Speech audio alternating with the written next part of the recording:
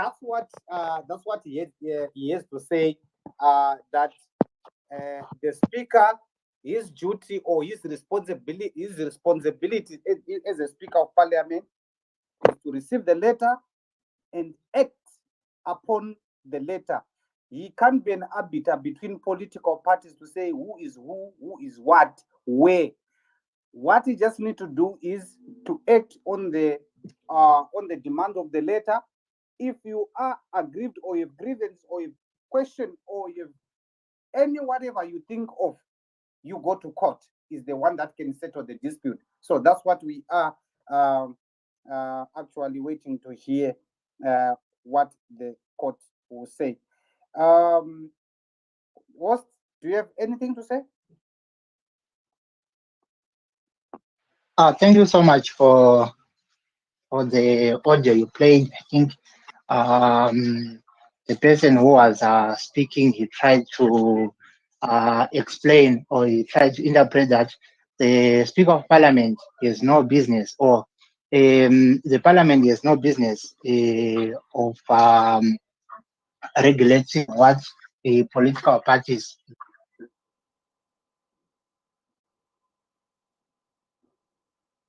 to what a political party has said, and follow that. So in this case, or in what we are seeing today, or what we have been seeing for the past month, or for the past 2 weeks, is that these people, maybe the ZANU PF interim Secretary General has come out to say they have issues in their political party which they need which they have decided to resolve by recalling some of their members from the parliament, and they did send a letter to the Speaker of Parliament, and the Speaker of Parliament has received the letter and is in the media that they have decided to recall those 70 members. What we need to understand, maybe as Zimbabweans or as a people, that we are already in a constitutional crisis, and we need to have a way forward we need to have to define a way forward, maybe to come out of this, and that's what we are discussing, and that's what we are talking about. So if you want to say a word, if you want to contribute something, maybe you can request the mic and come to speak your mind. Let us know what you think about the ongoing recalls. I have seen also another letter in the media that ZANU PF has confirmed the recalls. I think I've seen that letter and something like that. So we just need to have a platform to discuss what's happening. If you want to say something, you can request the mic and come and speak. I see there is Mambo Sose. If you can take the mic, over to you, Mambo Sose.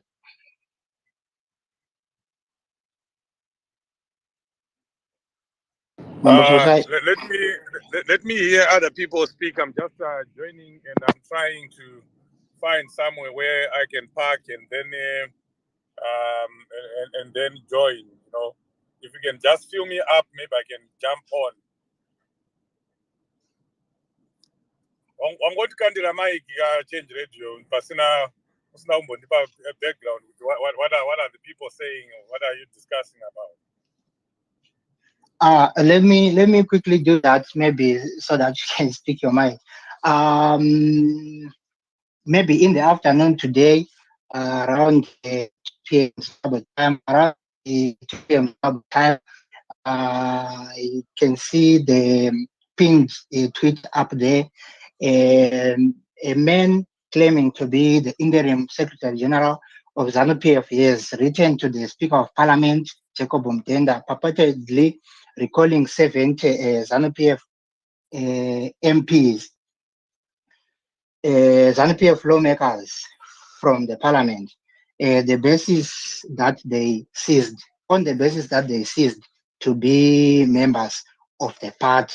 So someone by the name Tafadzwa Manyika, who is claiming to be the interim Secretary General of ZANU PF, is recalled 70 MPs from the parliament, saying they ceased to be members of their party, ZANU PF. So this is what we are discussing, and I think that's the background I have.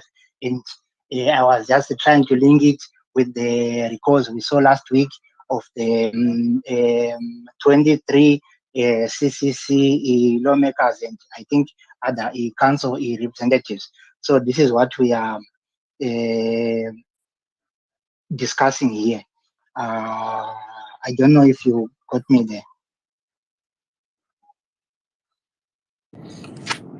Yeah. I also saw the letter. I don't know why you're saying someone who is claiming to be the acting SG for ZANU PF.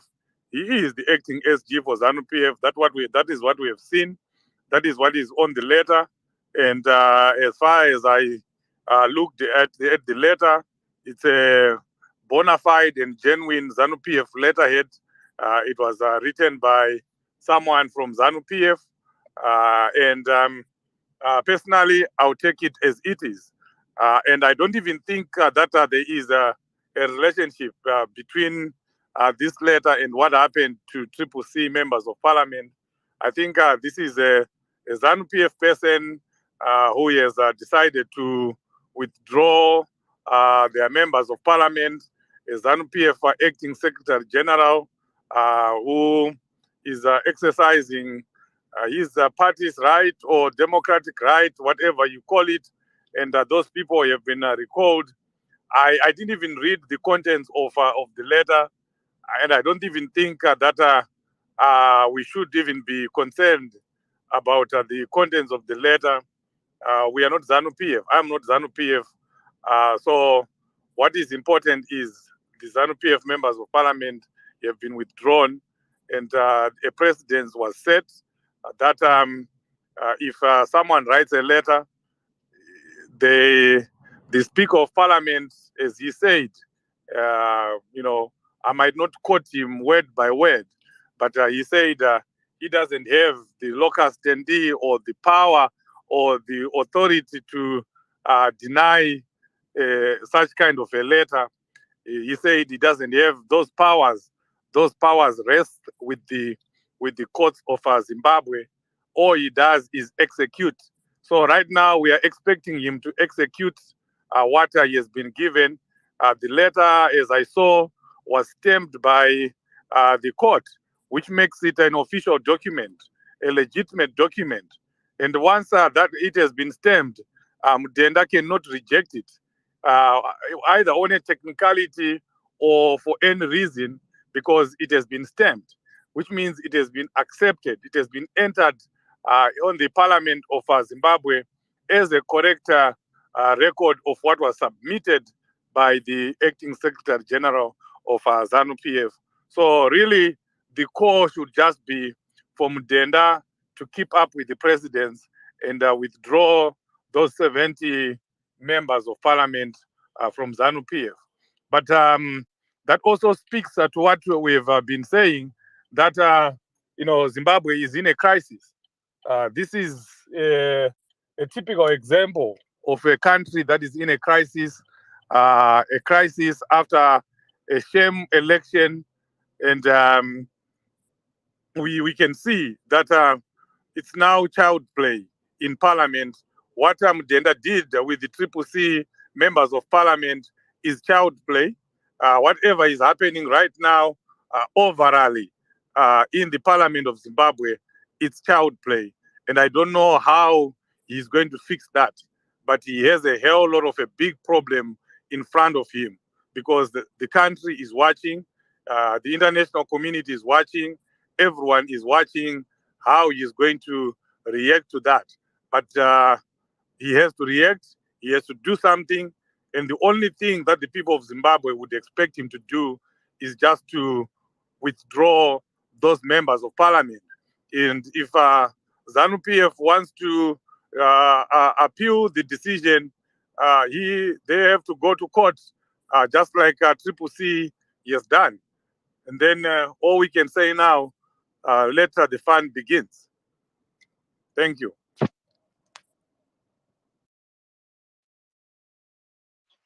Thank you so much, Mambo Sose, for those comments. I think we have a gap we need to fill, maybe as Zimbabweans or maybe as political parties or as not as political parties, but as citizens of Zimbabwe. We have a gap we have to fill. What is happening in our country needs us to bring a solution, not an individual, not even a political party to bring a solution, but a collective, a collective collectively as a people or as citizens of a country. Co-host, do you have anything to say before we go to Graham? Now let's hear from Grab what you said. Graham, over to you. Yes, thank you so much, colleagues and friends. I think Zimbabwe has entered into uncharted waters. This has never happened, and it's a highly unprecedented move that has come from both parties. What Chabangu did was highly unprecedented in that it came in hardly, a month after, an election. And what we are seeing, the retaliation from ZANU PF is equally unprecedented. So my take is ZANU PF did not see this coming. Equally so for the Speaker and the President of Senate did not see this coming. Because if you take from their comments when they received Shabangu's letter, they gave a precedence that they are not the arbiter in terms of who writes. So the take that we have now is a simple case of the President of Senate and Mudenda acting on this letter from Matika. How Matika arrives at being an interim is an issue that needs a bit more interrogation, because we already know that Obet Mpofu is the Secretary General of ZANU PF. But how that plays out is going to be the interesting bit in terms of how this Parliament and Senate are going to effect the letter. But in terms of how we expect them to, the presidency is already there. So this puts a cat amongst pigeons, where SADC has written a letter, a report, and then Ramaphosa seemed to be siding along with ZANU PF. On the other hand, you have Chamisa saying, look, the agitation that we have as citizens is overly flowing, but ngatimbomirai pane zviri kuitika. So we don't know whether Chamisa has a hand in this because he was anticipating this letter coming through. But at the same time, you also know that ZANU PF had penciled in a Congress, which normally is in December, but it had been brought forward to come in as early before December. So the whole scope of the Congress in anticipation, was now being kufungidzirwa kunzi, no, he wants to maybe change the constitution and go for a third term. A third term that would then see him through what are so-called my projects are SIPO, Asiri Kufamba and everything. If you look at the things that are happening in Zimbabwe today, it's interesting that there's an analysis that I heard today from a former finance minister of Zimbabwe, telling us that Zimbabwe had a 7 billion economy in 1980 and Zambia had 3 billion and Kenya had 7 billion. Today we are sitting on 18 billion and Zambia is 64 and Kenya is 226. So clearly, we have a situation where including those in ZANU PF are disgruntled about the administration of ZANU PF. We are not progressing. And as a result, there's cronyism and favoritism that in appointments. So you find that even those in ZANU PF, Matika is disgruntled and he's just not the only one. Not just him. I had the privilege of sitting with one senior person in ZANU PF, and he told me now that including those that are within the army, they are now highly disgruntled because they are being left out. Being left out in the matrix of the growth of the economy because mari haisi kudzoka munyika. Those that steal the gold, they then take it outside the country. Those that steal platinum or lithium, they then take it out of the country. Today, we are told that we have 63 minerals. 63 minerals, out of them, we are also told that one country across the border has one mineral. And Isuzu 63, but nothing is showing for it. So this letter from Matika is only a summation of the disgruntlement that cuts across the divide of the Zimbabweans. Zimbabweans within the two largest political parties, which is the CCC and ZANU PF. So we need now to crack the puzzle in terms of what is really going on. But the real crux of the matter today is the reaction that we are going to get from the clerk of parliament and the president of Senate. Surely they must act on the precedents that they have given already, and that precedent is exactly what we expect of them by the end of this week. If that happens, then we are now saying this country is in crisis, and the two leaders that we have, if not all of the leaders that participated in the election, must sit and come together to come and formulate a solution that is lasting for the next 5 years, so that at least Zimbabweans can have a better and improved life. Thank you very much.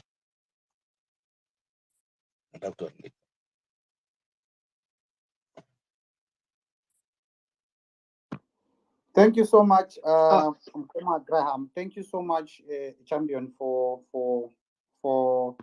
those words with wisdom. I know for sure we, like I said earlier on when you started, that we have got mixed feeling about it, and I know hanzi charu akadanativu kana tiri kwedu kumasvingo handizive kuti kundozviexplaina sei in English because chirungu chinozombotiza. But what I am getting from you, Champion Graham, is that the president has already been set, and the president was that the ZANU PF did not anticipate it will happen to them in this way. And if you look at the story, obviously people might want to get the picture. Where is it really coming from? I'm sure the story is coming back date to 2017 when Mnangagwa came into power. The people who were chunked out of ZANU, some of them were not even fired. There's no dismissal letter, and still people still holding those positions. But anyway, that's not my baby to nest. That's not my analysis. But I would want to see how if the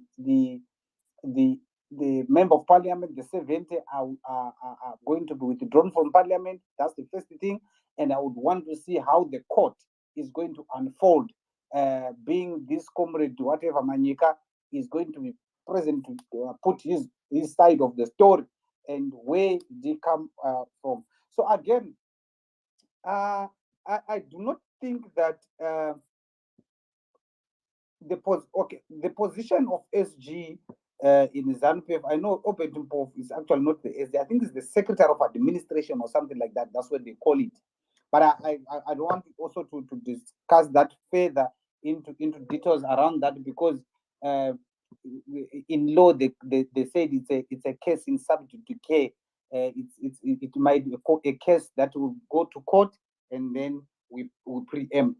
Obviously, we want to hear more from citizens. What do you think about this case? Kumarevai Tembo, let's hear from you.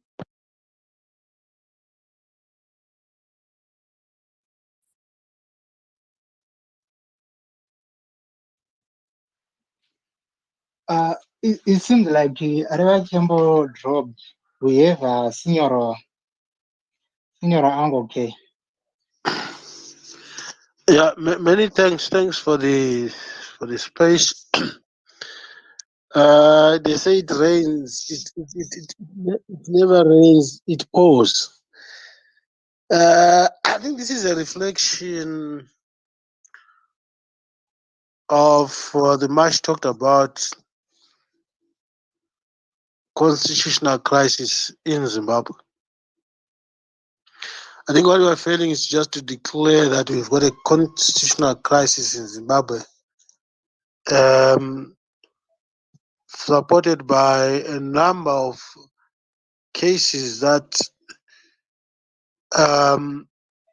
bring the whole nation to disrepute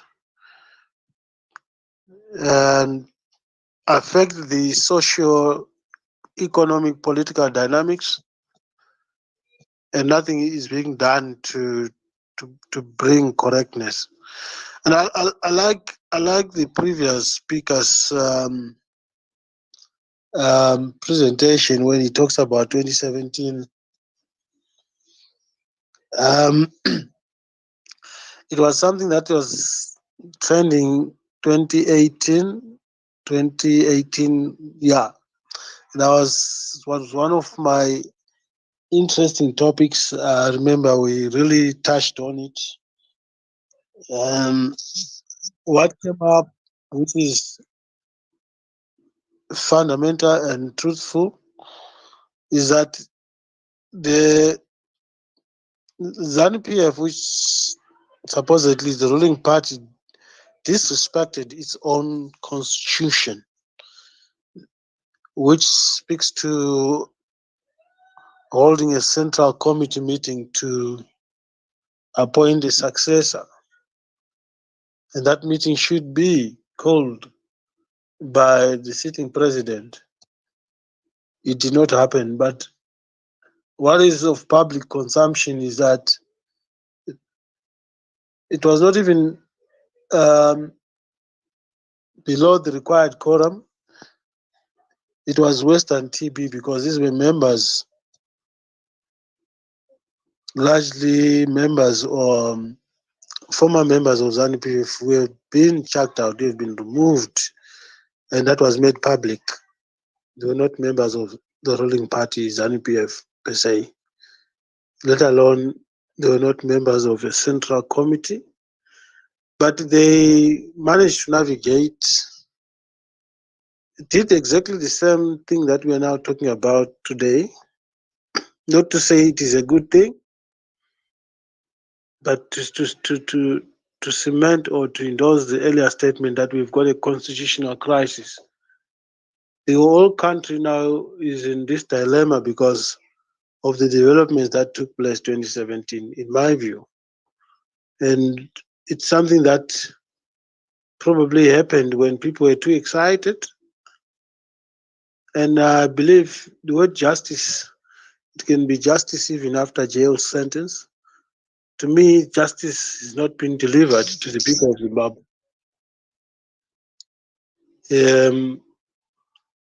How did our institution, the whole parliament, how was it convinced to meet gross abuse of our institution? And fast forward, they made it possible that we now have a president serving rather his second term, but his entry point was fraudulent, was unconstitutional. They always say precedents is always said sometimes these are issues to do with the constitution. which I think is problematic. And the constitution itself, I think, has got loopholes in terms of defining what's a political party, where's the mandate to do what in a political party or movement. We now have a reverse of what was trending last week. It's now the other way around. But the question I have here on this space is the difference here. We did not hear anything that speaks to Parliament has received the letter. Not so much to disqualify the whole thing, but I think it might add value if we can get something to substantiate this whole thing, this whole case. But however, I think, in my view, we may look at these things in isolation, but it's a confirmation that we do have a constitutional crisis as a people of Zimbabwe. Many thanks.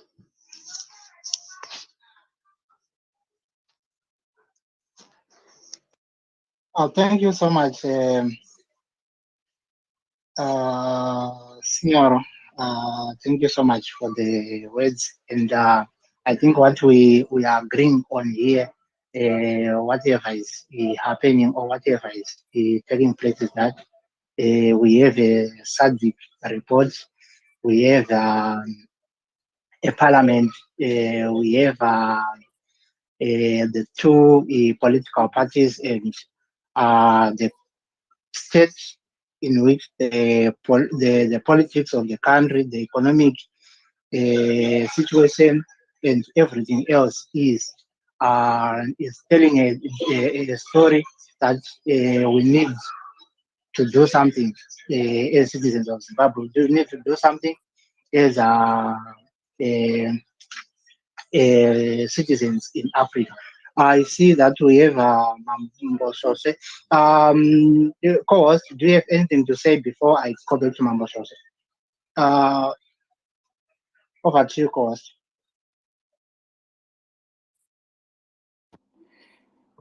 Yeah. So I agree with the letter speaker who spoke about. I just said it earlier on to say I think these issues gets back to some lots of aggrieved former ZANU-PF or ZANU-PF members within from what really transpired in 2017, and that alone will speak volume to the people who are coming up now. And the question again that will be need to be asked is the targeted people. What was their contribution in 2017 for excluding or isolating other comrades? And in that context, and Mambo Soshe has said earlier on that we don't need to say whether or not the person who has wrote this letter is an SG of ZANU-PF. We saw a letterhead on the letter. Funny, so if you look at Triple C letterhead, logo, you see President Chamisa is there, and the still communication is being said that they've recalled, actually the communication was saying they've recalled the president, but even the letters that are said, we saw another letter today that spoke about the Congress, still President Chamisa is still on the logo, and so forth. So that alone, if the Speaker of Parliament has used that to authentify the credibility, or to give the credibility to the letter, the same should apply to the credibility of the letter that ZANU-PF SG.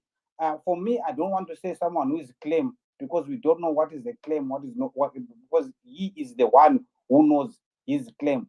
As we know, the letter is saying the interim SG of ZANU-PF. That's what we can stick on. We don't want to play with how this come about or what. The person who said is the interim SG knows how did this come about for him to be an interim SG. And that alone, what I can also say is that alone, majority, if not all of us here, we are waiting to hear what his defense in the court of law. Like the Minister of Justice says, if anyone is aggrieved, including ourselves, but more importantly, ZANU PF aggrieved, they must go to court, and we want to hear how the story is going to unfold. Back to you, host.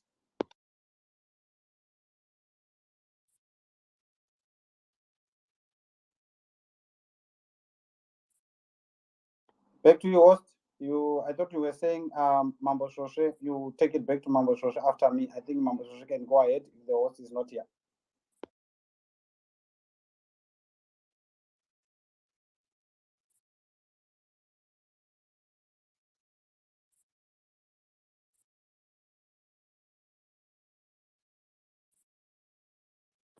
Mambo Shoshe, are you there? Seems like both of them, they are not online. Signoro? Okay, let me just add something.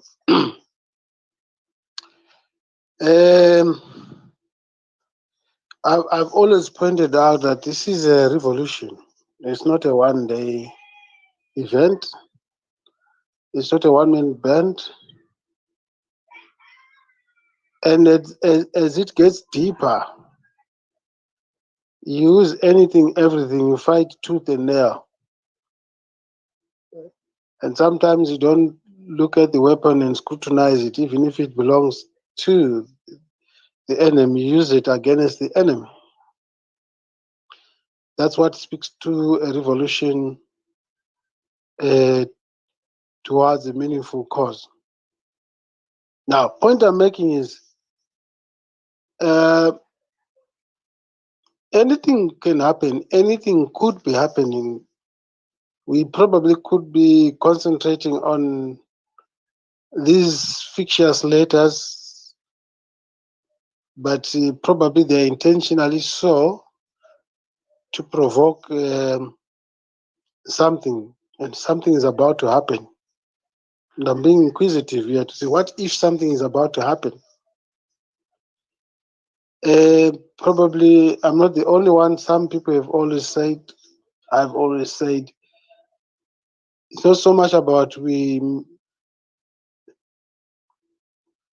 were used 2017, even though I was not part of, but it's spirit of embracing a problem in order to find a meaningful, effective solution. We say we as a correctional measure. It's not so much to talk about what happened, but it's about understanding that precedence was set and another opportunity can come. So much about losing an opportunity in 2017. And deep down my heart, I'm convinced that an opportunity shall arise. Not only a democratic system can bring justice to the people of Zimbabwe. Who knows? What if this is an opportunity? I think people of Zimbabwe should care less where this is coming from. But if it is an opening that will bring the whole country to distribute, to focus on constitutionalism and allow that opening to bring equality among Zimbabweans, and whether that will lead to a transitional government or anything that will satisfy, at least satisfy the majority who are trying hard to change a system of oppression that has tormented us for many years. I think words of encouragement, let's open our eyes, let's be awakened, let's be vigilant. An opportunity can come whichever way possible. And who knows, this could be an opportunity. And I think when people are discussing, I don't hear where people are trying to find out where is this coming from? Who could be igniting this? And not so much to dwell on that, but the most important thing is to be on guard and guard alert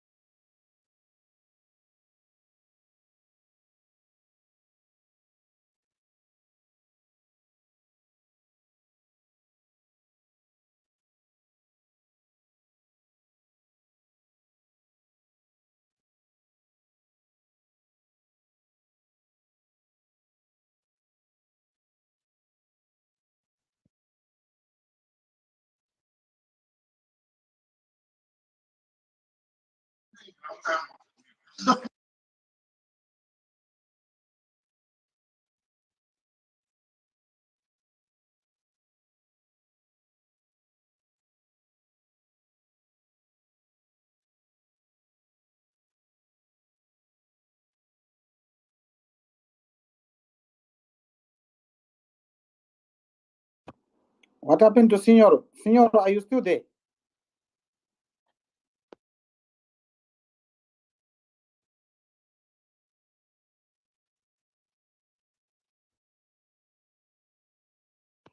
Okay. I hope people you are hearing me. It seems like Senor dropped down. I mean, I think his network is playing hide and seek. Also, Chief has dropped down. I think I just want to hear also like a voice from. Can we hear female voices, guys? Can you grab the mic and tell us what you think? Can we hear some female voices? I see few people here, few ladies here. Can you grab the mic and then we want to hear your voice? What do you think about these recalls and what's your anticipation? What do you think? What do you think must happen in this fracas? Someone call it a circus. Um, uh, and I don't want to call it a circus, but because just to call it things when the things kana oda nyama unoda ukapa pa uta. I think things are just unfolding, and I'll borrow even the words from President Nelson Chamisa to say, God is in it. When God is in it, everything God goes in a godly way. So, female voices, please. Can you grab the mic? We want to hear. I saw there is my sister here. From also, so there's a number of them here. Can you please grab the mic? We want to hear your voice. We want to hear what's your take in this. What's your contribution to this? Please grab the mic.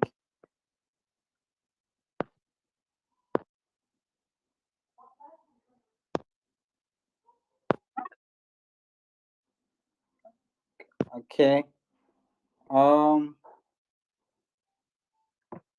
Another request. Okay.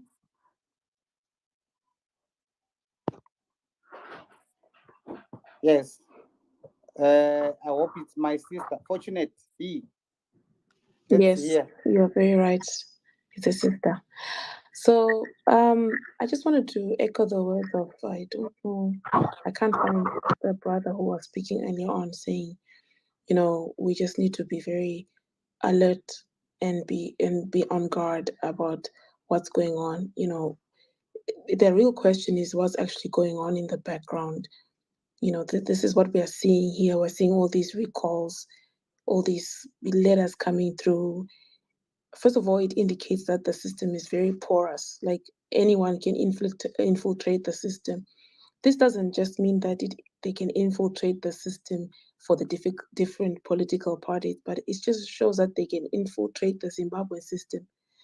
So based on that, we don't know who the players are in the background and what their ultimate goal is. But we just have to be very careful and be on our guard, specifically referring to November 2017.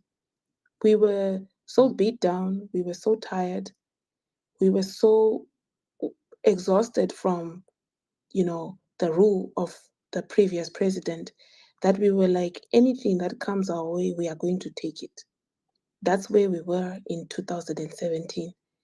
And guess what? What should have actually happened is that when they were trying to tell people to go and sanitize the whole coup, people just went running because they were just tired and they just wanted anything other than what existed. Even if you look at now, I see some people on the spaces posting saying, chero Smith anga achitori nani, you know, chero Smith anga ari nani. There's no way kuti Smith anga ari nani. We are just desperate. We keep on getting to a point of desperation. Saka, we just, anything that comes, chero chi, we just take it and say, okay, let's just take this pamozhiri nani, you know, grabbing things from under the table. Saka, we are there again. And I really like how the other brother Ataura Gati, we have to be on guard. We don't know what all this means. We don't know if it's a battle of what. You know, we've just been pulled back and forth different directions. As for me, I am going to be on guard. I don't know, someone's going to come and dangle carrots at us and we'll go running in that direction because it seems better than where we are. And we'll all go running and we will just sanitize something which is not supposed to be sanitized. So we really have to be on guard, and whatever action or takes place by the oppressors, we have to not jump into a solution because it looks like it's coming from a democratic space. We have to be careful. I think as citizens, we have to think of ourselves now. Take the political parties out and think of ourselves, because ultimately we are the ones who are suffering. Our families are suffering. It doesn't even matter what are you ZANU, are you whatever, I don't know the different parties, are you CCC, vanhu vari kutambura, and you know, vari diaspora, you know, they are still suffering because they had to start again. So I'm not too excited about these recalls coming from either direction, because I am very wary of how we were blindsided. I can't even think, you know, I've been asking people, so in 2017, why were there thousands of people running there, you know, when they knew the person, that this person who was supposed to take over was so and so? Why? They've studied our minds, and you know, we are just so, we appear to be stupid when we are not even stupid. So I think I will say, as for me, I am not getting excited from any of these letters that are coming through. I am now on guard and I'm putting on my citizen jacket. And I'm like, okay, I'm now wanting to protect myself and my family, because I don't know what all this means, and I don't want to sanitize anything that will actually be, in hindsight, a detriment to my family. I land there. Thank you.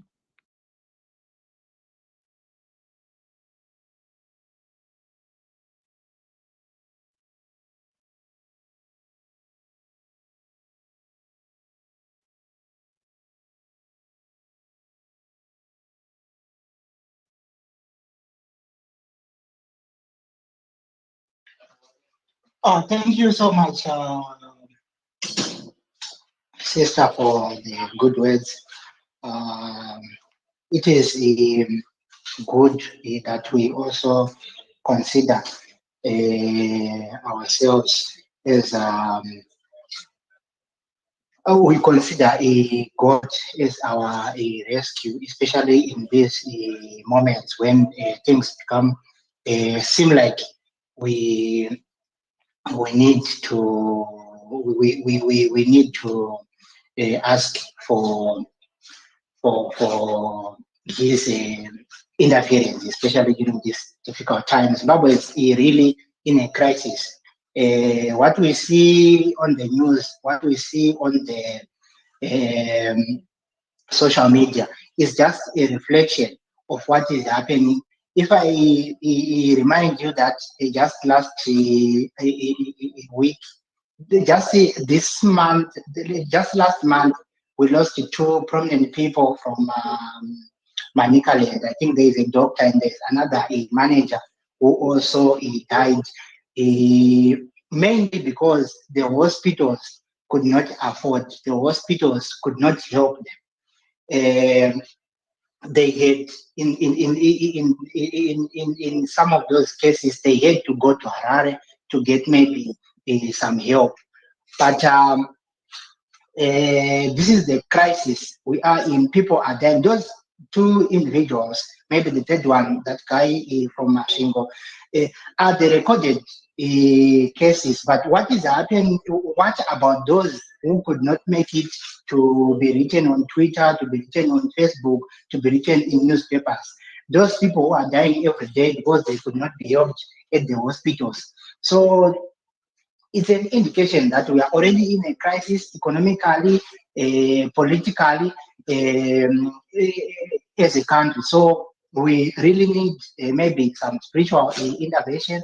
We really need to look up to the Creator to say we need to pray for this country. Otherwise, where we are coming from and where we are going, it seems like the crisis is deepening.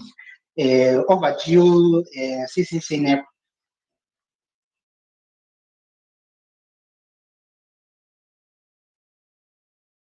CCC, are you there?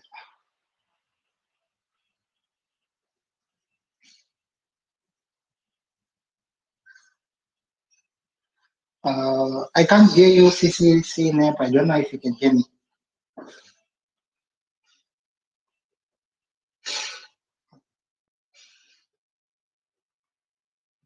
Co-host, can you hear me? Yes, I can hear you. I can't hear Nep. CC Nep, I think what you just need to do is to drop and come up again because we cannot hear you unless the issues from your side you can be sorted from your side. Yeah. So I think it's because we cannot hear CC Nep. So I think it's gonna then you request again. Request again to come up. Today I'm going to be more of a female activist. I would like to hear voices from our lovely sisters here. I want to hear the voices. What do you think about this action that is happening in Zimbabwe, and what do you think? What is the future of the politics in Zimbabwe, and what do you think is going to happen after this? I like the contribution that my sister Fortunate gave earlier on to say, obviously, we have become so desperate that anything can be, looking gold can be dangled in front of us, and we all run to that. But in the same case, is that this situation where we are now, it's a man-made situation, and there is nothing that no one we can blame about the situation in Zimbabwe except blaming the leadership. And you can see that it's still there are some people who are being involved in this, and rather they are actually playing with the hard feelings of the citizens, and they know who we are, and they know now that we are tired of running for any option that comes on our way. And they know when they want us to run for sure, they will know what to create so that we can run for that. I can see NAP is down again, but Komabanga, Yeah, okay, I'm very clear for everyone. Or my network in Namibia is not fine. Am I audible enough for everyone? Am I audible enough, or you are not hearing me? Yeah, please we are putting 100%, which means we are hearing you. Okay, thank you. Yeah. Actually, I've been just listening and following since they started this space has been there. What I have just a few things to share. Actually, there are a lot of things that we are seeing happening in Zimbabwe, and I've been there. I went for voting from Namibia, this side, northern part, and I only to drive and go and cast my vote. Then I had to come back. The situation in Zimbabwe is not fine, and everyone is now a victim of any situation. But what I suggested that is good for us is to keep ourselves from other issues that are discussed in some other issues. I believe myself as a CC member, just a member, I believe some other things that we end up discussing on some spaces that are being controlled or hosted by those whom we think they are part of us. We should just see. Yes, I know in politics we have to discuss and other things we have to discuss, but we need to guard ourselves from listening some other spaces which actually would come and say, why does Jamis have this? Why does this not have this? I think my only advice to ourselves is we need to guard ourselves from that, because we end up having diluted information that we will fail to reach our goal and our objectives to change the country and to make things work for everyone. So it does not make sense for us to join those arguments where some people that we really see, like I once joined somewhere, there are these batteries and what, it's not really worth. I try to look at how actually even during when ZANU MPs in the 60s, when they're planning their everything, one way during on the other forefront and others were doing other things and others were doing other things. So I believe that the administration or the leaders who are there on our party, CCC, on our movement, should do other things. And us, yes, we need to defend, but we need to be so vigilant of anything that comes, because we are all vulnerable. And now the situation that is on ground, really, especially in Gokwe, the far there, things are not fine. I would suggest that to some members like CC MEP and others that we've been working together with for a time, it's our time now again to come back together, focusing on 2028 areas that actually we know they need us. Let's have balls in those areas, like what we've been doing during the campaigning and whatever. Let's have our balls, let's have everything. Let's prove ourselves, our visibility should be there until if everything is on the other way, but let's have that focus, let's have our visibility there. Let's still push on regardless of time for campaigning. Sometimes we end up running late. My view is everything has been dusted while the courts or other things may be done. Let's not lose focus. Let's recruit. Let's try to convince. Let us make people believe that Zimbabwe is capable of anything. Really, if you come to Namibia, you see they have two mines, two gold mines. Back to Zimbabwe, every district there's gold everywhere. So we have the resources. But where we are failing is, who is failing in Zimbabwe? It's ZANU PF. Why are we, if you come here, things are not like what they are back home.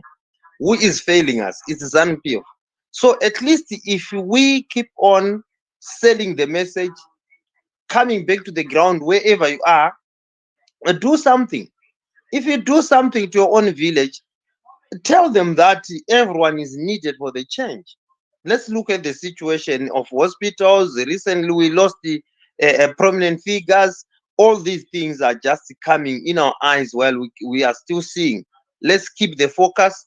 We ever try to do something that, if ever you are visiting Zimbabwe, tell 2 or 3 people to see the way we are seeing, not only for them to understand that we get t-shirts, we get what. Let's try to convince people for focus. Other things that needs leadership, let the leadership work on our behalf while we do the groundwork. We do everything that is so necessary for us to do and focus.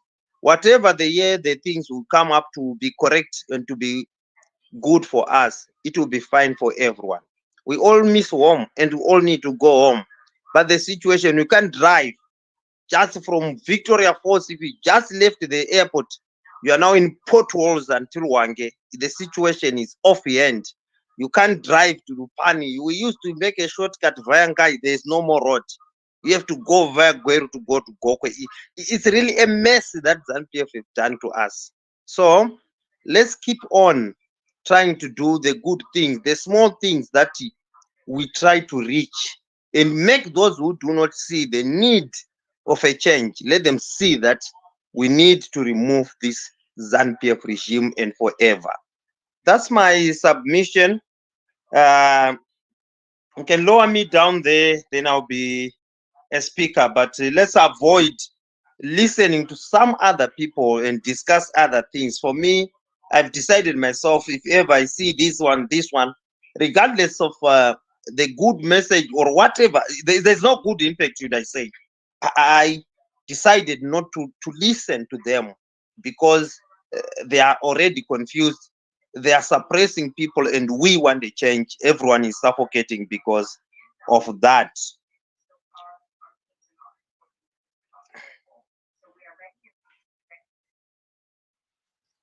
Thank you so much, Banga, for that. Yeah, what you are saying is also what everyone else is saying.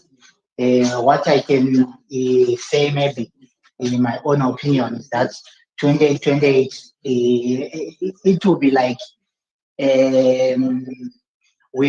Zimbabwe will be something like a country that will remain in political in elections mode. I think since 2018 we have been in the same state, and we cannot allow it to take 10 years of our time to keep ourselves in a elections mode where people will be campaigning throughout. We need to focus on the economy. We need to focus on building these hospitals. We need to focus on those minerals you were talking about. So it means that as a nation, we need to resolve whatever is there before we even say we need to move on. Because once we move on and things are in disarray, this what it means is that we are doing ourselves we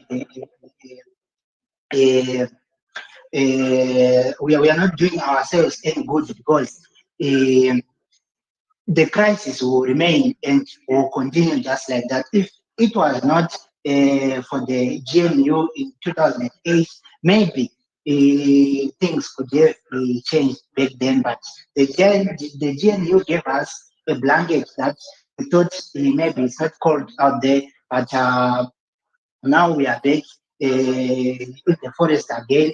We cannot continue saying that we have to continue campaigning until 2020. What about this crisis we are in? What about this election we are in now? What about this parliament?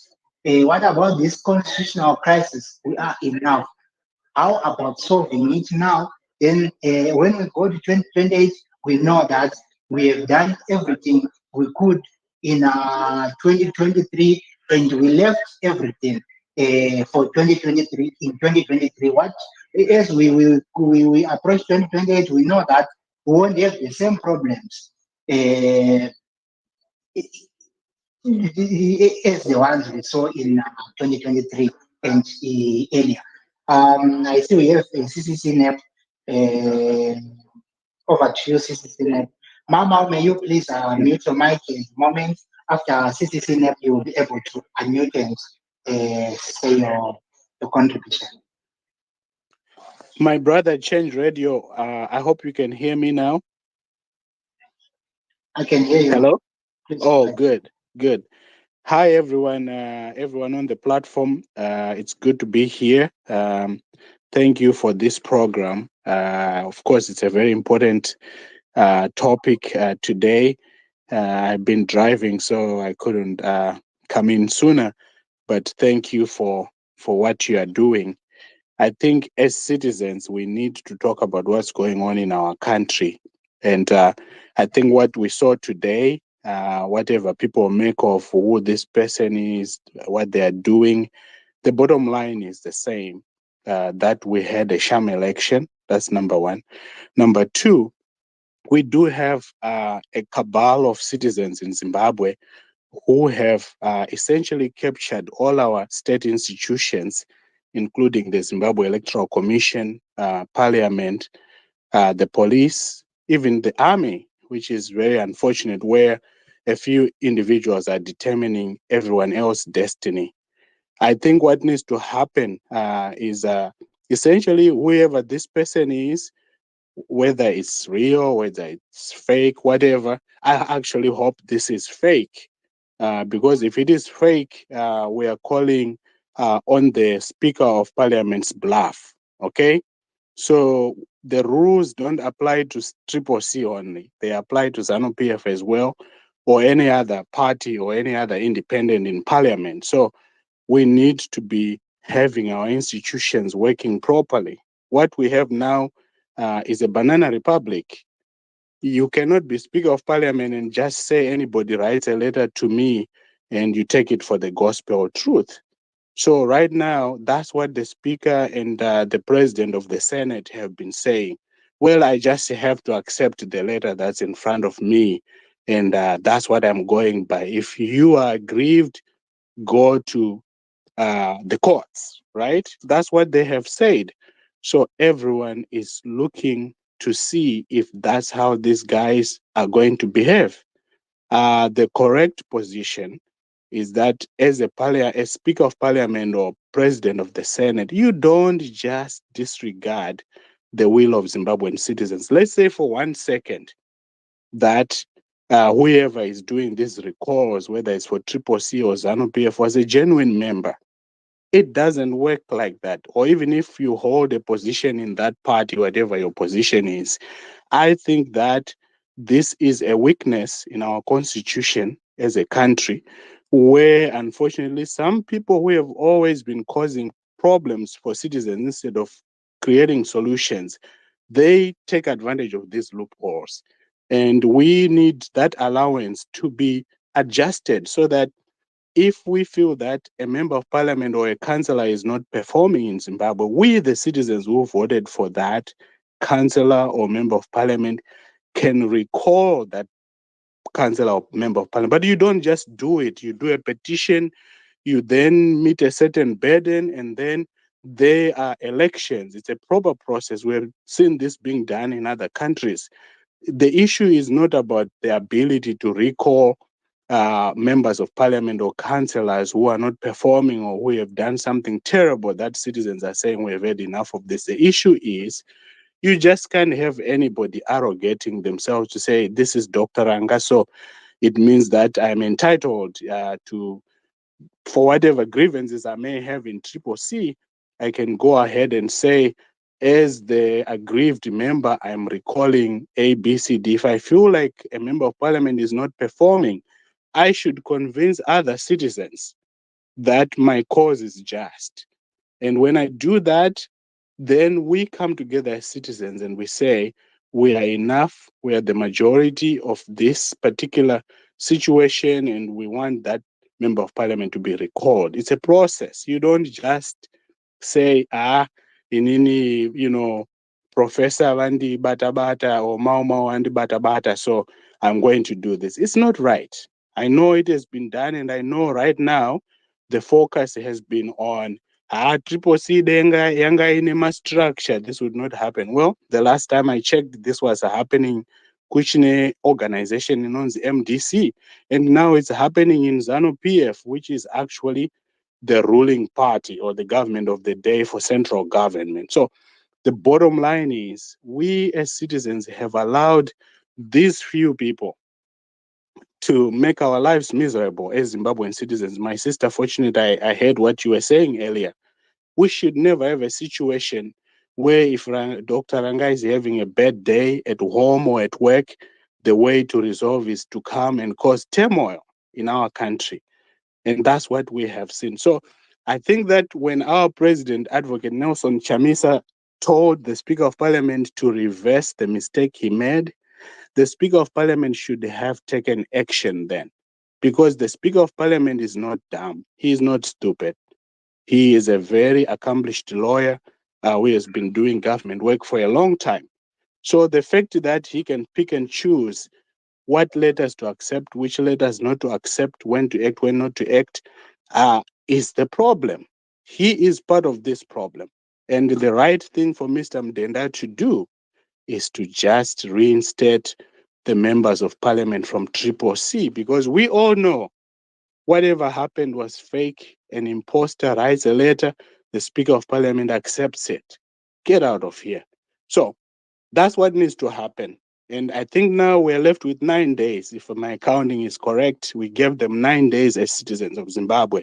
At some point, the courts need to realize that the legal system is about citizens. At some point, Parliament needs to realize that you are representatives of the citizens. We send you there. To be a Speaker of Parliament, we let you be the Speaker of Parliament. To be President, we let you be President, but be a responsible person. Don't be irresponsible. So I hope that whatever happens with this ZANU PF thing, it's clear to everyone. We can talk about 2028. We can always do better. Look, these guys find ways to always make life miserable for Zimbabwean citizens, which is why the Triple C is saying, let's start afresh. Everybody knows that that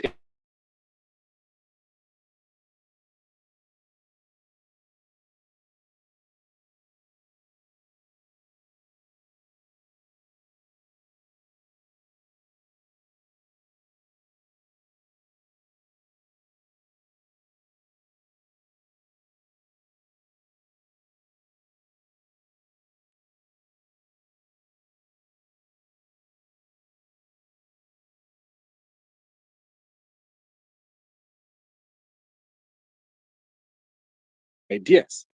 What we have allowed in Zimbabwe is a few people to abuse our state institutions, like you all know with the gold mafia. So the bottom line is, look, Mr. Mdenda, if you are listening, or if there are people here working for Mr. Mdenda, the right thing is just cancel that letter you sent to ZEC, correct your mistake, apologize to the parliamentarians who were beat up by riot police in parliament.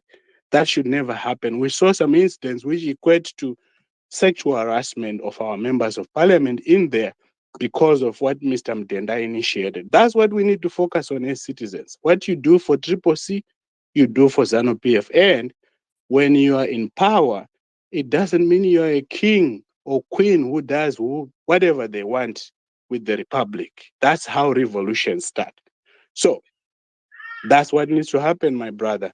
I can go on and on. The bottom line is the citizens, no matter Dr. Ranga might be aggrieved, Professor Havana Wundi Moresa Msuya, so I'm very upset Triple C doesn't work. It's okay for Dr. Ranga to be upset with Professor, but it's not okay for Dr. Ranga to then go ahead and tell the Speaker of Parliament to recall Professor Mapendele. No, that's wrong. I don't care. All of us here, as citizen representatives, we've been working in the spaces we occupy, in the diaspora, in Zimbabwe, in Namibia, in South Africa. So we can all be entitled. We could all say, I need Dr. Ranga. I don't know it's a president, Musi. So because I want to be a president, I'm pulling down the whole party, the whole country.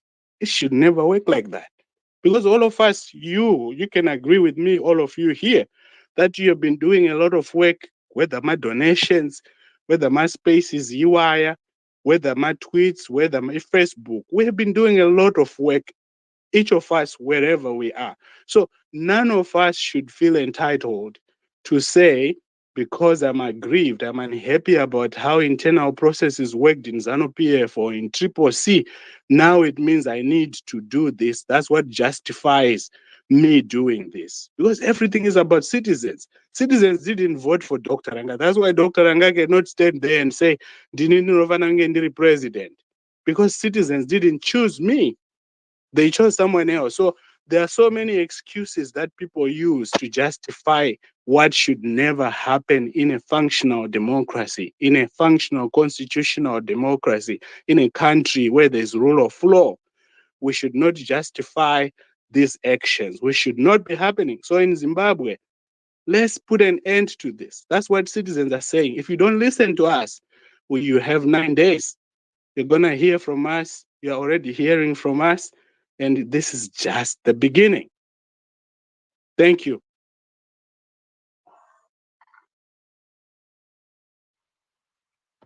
Thank you so much, CCCNF. Co-host, what did you say? Over to you. No, I just wanted to emphasize the point that what is good for the goose is good for the gander. So thank you so much, Dr. Ranga, for those words pregnant with wisdom, and I think we must appreciate, and I always repeat this, that we are where we are because of man-made problems that could have been avoided, not only now, but a decade ago, could have been avoided when our parents, ourselves, were singing Bamberina Mugabe when we knew that we were doing that outside the constitution. And that's exactly what we did. I speak also in terms of we, like what Signora said earlier on. We did on the 17th of November 2017 when we marched onto the street, not knowing so it's exactly the mess that we are with now, that we are living with, and it shows that exactly what the former president was saying, that this man is not suitable for leadership, not only for leadership, talk less of leading a country, is not suited for that, and we can see the results. Lot of deceitful, lot of propaganda, lot of lies. 5 years come and gone, but now they are claiming victory in a Zimbabwe, in a country that does not have its own currency, but has got a reserve bank with a governor and the minister of finance. I don't know what those two people are doing.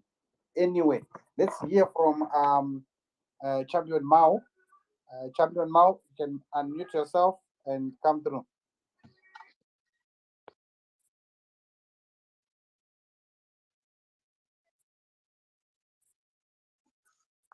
Hello, can you hear me? We can hear you. Please go ahead. Oh, thank you so very much.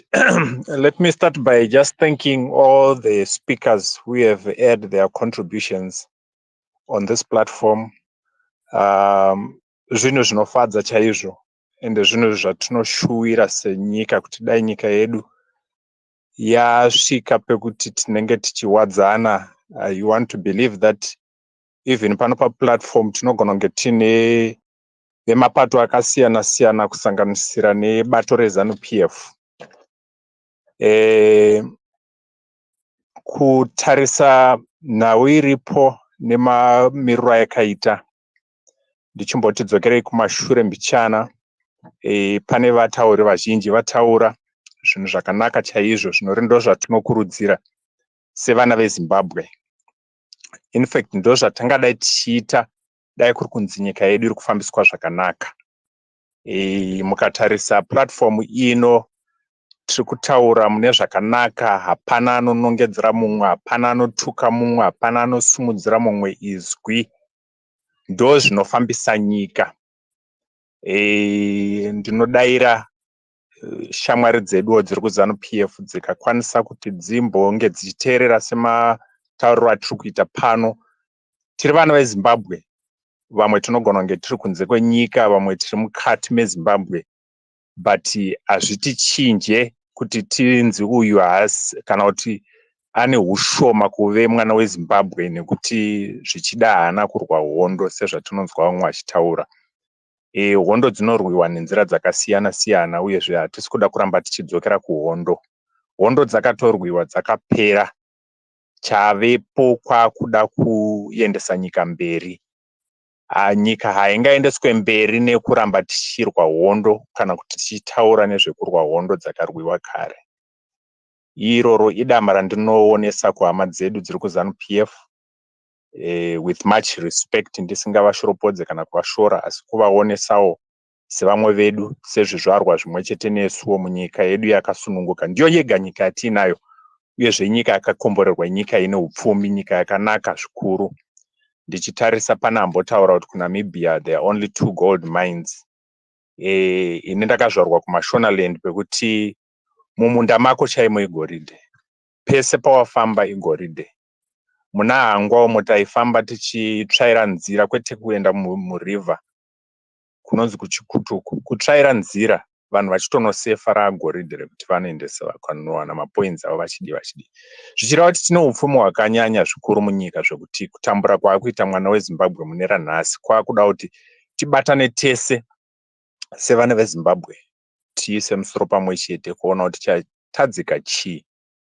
Ingazviri cherwa takapiwa, ivhu riri muZimbabwe ivhu rakanaka zvikuru zvekuti kana ndakazvitarisa uchiri kompeya nekunana Namibia kunana Botswana, mhodzi yangoita mistake yekuwira pasi muZimbabwe inotomera. Zvasiyana nekunana Botswana kwekuti unofanira kuti uvandudze ivhu gori chireketera kuti rigokwanisa kuti rimedze mbeu inenge yawira pariri. Saka izvi zvese ndiri kuda kuedza kuti ndivhure maziso ehama dzedu dzinofungira kuti vamwe vakanzi vapa utongi hwekufambisa nyika vachadzorera nyika kumashure kana kuti nyika ikagozoenda kuvarungu zvigodii. Hazvisirizvo. Tinoda kuti tigadzirisane ipapo titeerere vamwe. Pane nhau yamboti taurwei ichitaura kuti ngatiendei kumaruva tigodzidzisa vamwe vagoziva kuti tiripo zvikozodii. Inhau yakanaka, handishore kana kuti handipokane nayo. Asi ndingangoti panguva yatiri inei zvaida kuti timirei zvishomanini, nekuti tikadaro taakuita kunge tapembedza utongi huripo kana kuti maitirwo ezvinhu aripo, ekuti sarudzo dzinotadza kufamba zvakanaka, dzombunyikidzwa. Kunyange venyika dzekunze vatinenge takoka vouya voona kuti izvi zvasiyana nezvatanga tichifungira, izvi hazvisirizvo, dai mafambisawo zvinhu zvenyu mune zvakanaka.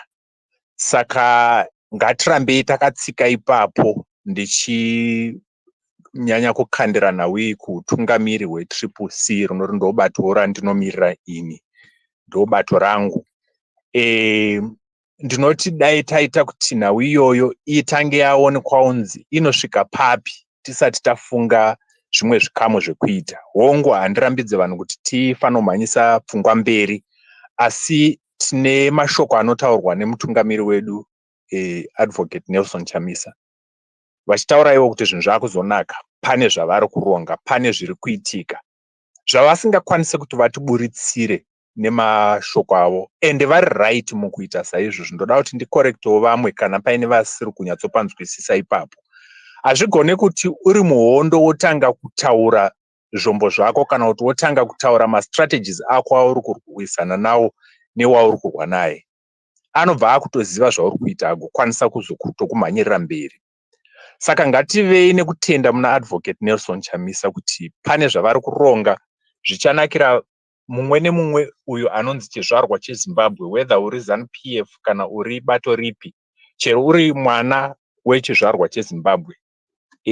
Zimbabwe itsva iZimbabwe inonakira munhu wese, unlike Zimbabwe yatinayo yekuti it's just a few individuals vanozviti vari kunakidzwa muZimbabwe. Ukaona uchinakidzwa muZimbabwe kutaura chokwadi pari zvinezvi, which means uri kudivi iroro revashomanini vari kuita zvisina kunaka, zvinoita kuti munguva yekuti ruzhinji rwese ruri kutambura, iwo ndo munguva yako yaona kuti uri kunakidzwa. Hapana chiri kunakidza munyika yedu so far, ende hapana chinombofa chakanakidza zvinhu zvikaramba zvakadai.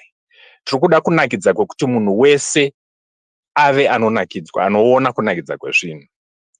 Saka pane mashoko ataurwa akati wandei paboka rino, handandida kuti ndiedze kuti nditaure, saka mazhinji acho atorwawo nevataura kare. Asi chandoda kukurudzira ndechekuti tsamba iri kutaurwa nezvayo iyo, tochidzokera patsamba inori ndofunga ndo ine donzvo renhau yanhasi yema-MPs eZANU PF ari kunzi they have been recalled. Ngatisakanganwai kuti ZANU PF ine hungwaru hwakaita sei mukuedza kuba especially sarudzo dzevana veZimbabwe, nekuti sarudzo idzi dzakabiwa hadzina kufamba zvakanaka. Kutaura chokwadi, ndisingashoropodzi kana kutuka umwe angangove anove offended nemashoko angu, asi kutaura chokwadi ndekwekuti sarudzo hadzina kufamba zvakanaka. Izvi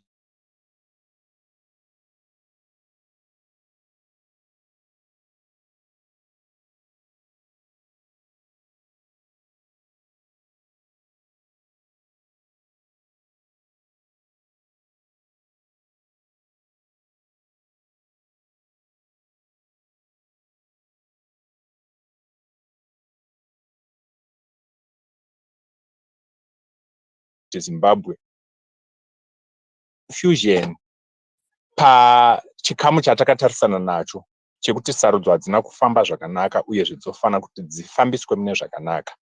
Right now mukazvitarisa kuri kunyorwa tsamba iyo iri kunzi person azongomukawo kuZANU PF akasviti ndiye secretary general sei zita rake risina kutaurwa, nekuti tsamba yega yega inofanira kunyorwa iine zita remunhu. Saka ndiri kuona kunge vana veZimbabwe tiri kuda kuti tinzvengeswe pafocus yedu, tisafocus pazvinhu zvine basa tigomhanya taakufura kuti nekuZANU PF zvaitikawo, saka ngatichimborelaxai, tione kuti zvakamira sei chinechi. Saka ndinongoti kuleadership yedu yeCCC, intelligence yenyu ngai investigate interrogate that letter iri kunzi yanhingirikanwa iyoyo yazoita recall MPs eZANU PF.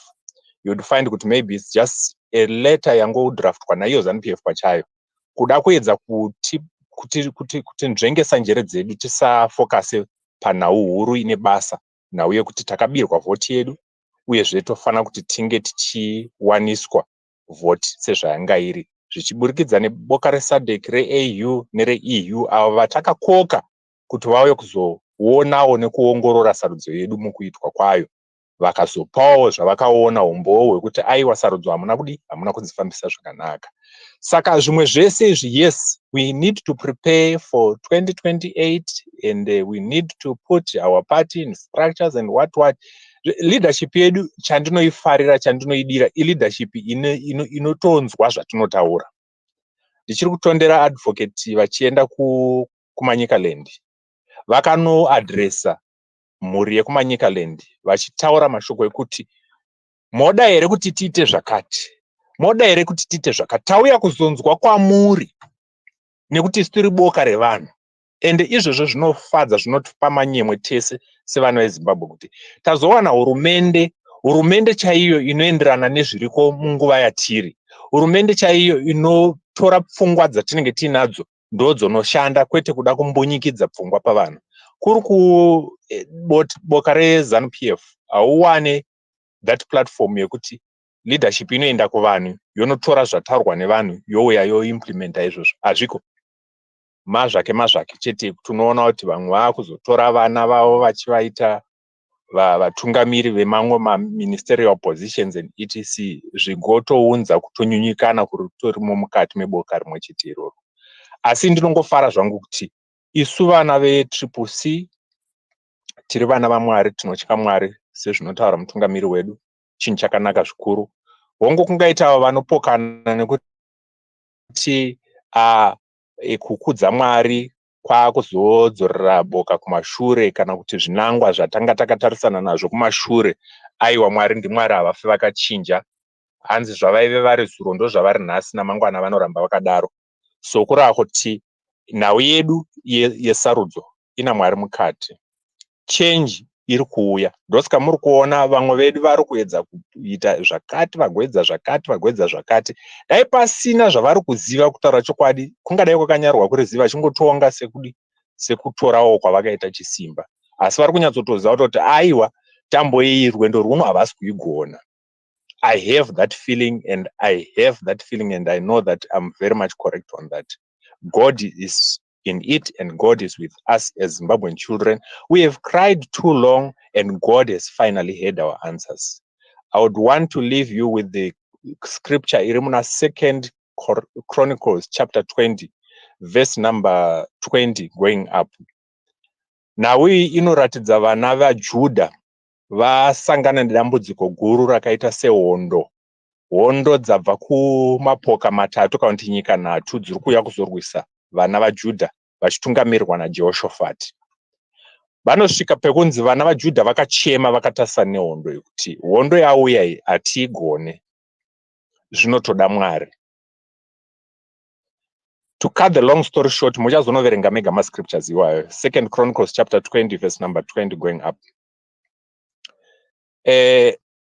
Mwari vanozoudza vana vaJudha kuburikidza nemuprofita kunzi hongu maita zvakanaka, hondo haisi yenyu, hondo ndeyangu saMwari. Hondo iyi hamusi kuzoirwa semafungiro amuri kuita, asi chindirumbidzai saMwari wenyu. zvinori ndo zvandiri kuona zviri kuitika munyika yedu yeZimbabwe nedzimwe nyika dzakatenderedza muzvizvarwa zveZimbabwe. Tachema taturira dambudziko redu kuna Mwari. Mwari vazosvika pakutidayira. Kudayirwa kwataitwa naMwari ndiko kwekuti mazuva achateera muchaona zvinhu zvichichinja. Kuchinja kwezvinhu kunooneka ndima dzandataura dziri muBhaibheri idzodzo kuti Jehoshaphat anozonzi chiisai vaimbi mberi, praise and worship, vagorumbidza Mwari. Mwari pavanorumbidzwa ndopavanouyawo ivo pachiitiko. Vakarumbidzwa Mwari vakauya pachiitiko, ndopasemuenzaniso wekuti ngatiti Botswana, Namibia neSouth Africa dzaungana dziri kuda kurwisa Zimbabwe. Zimbabwe yonziyo ngaichiisa vaimbi mberi vepraise and worship, ana makanika manyeruka, ana UFC choir and what. Panorumbidzwa Mwari kudaro, Mwari vanobva vaita kuti mapoka ari kuuya kuzorwisa Zimbabwe vatange kufungirana pachavo, vagorwisana ivo pachavo kusvikira vaurayana vakapedzana vasati vauya kuzorwisa vana veZimbabwe.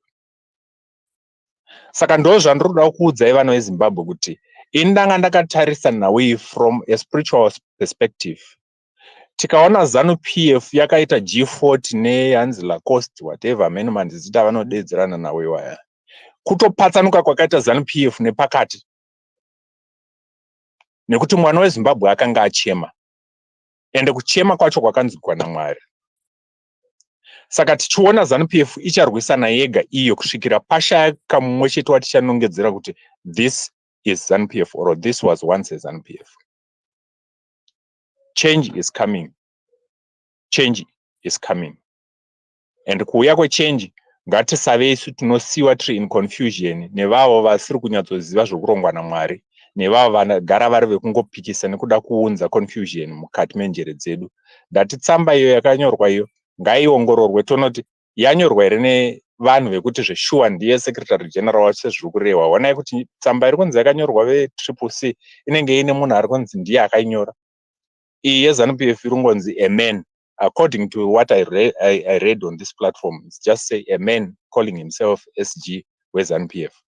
So let us investigate nyatsoona kuti chokwadi chenyu nawe chiri papi, tisangofadzwe nekuda kuconfuswa nevanhu vatiri kuziva kuti ndo maitiro avo and at the end vanenge vaine zvavari kuda.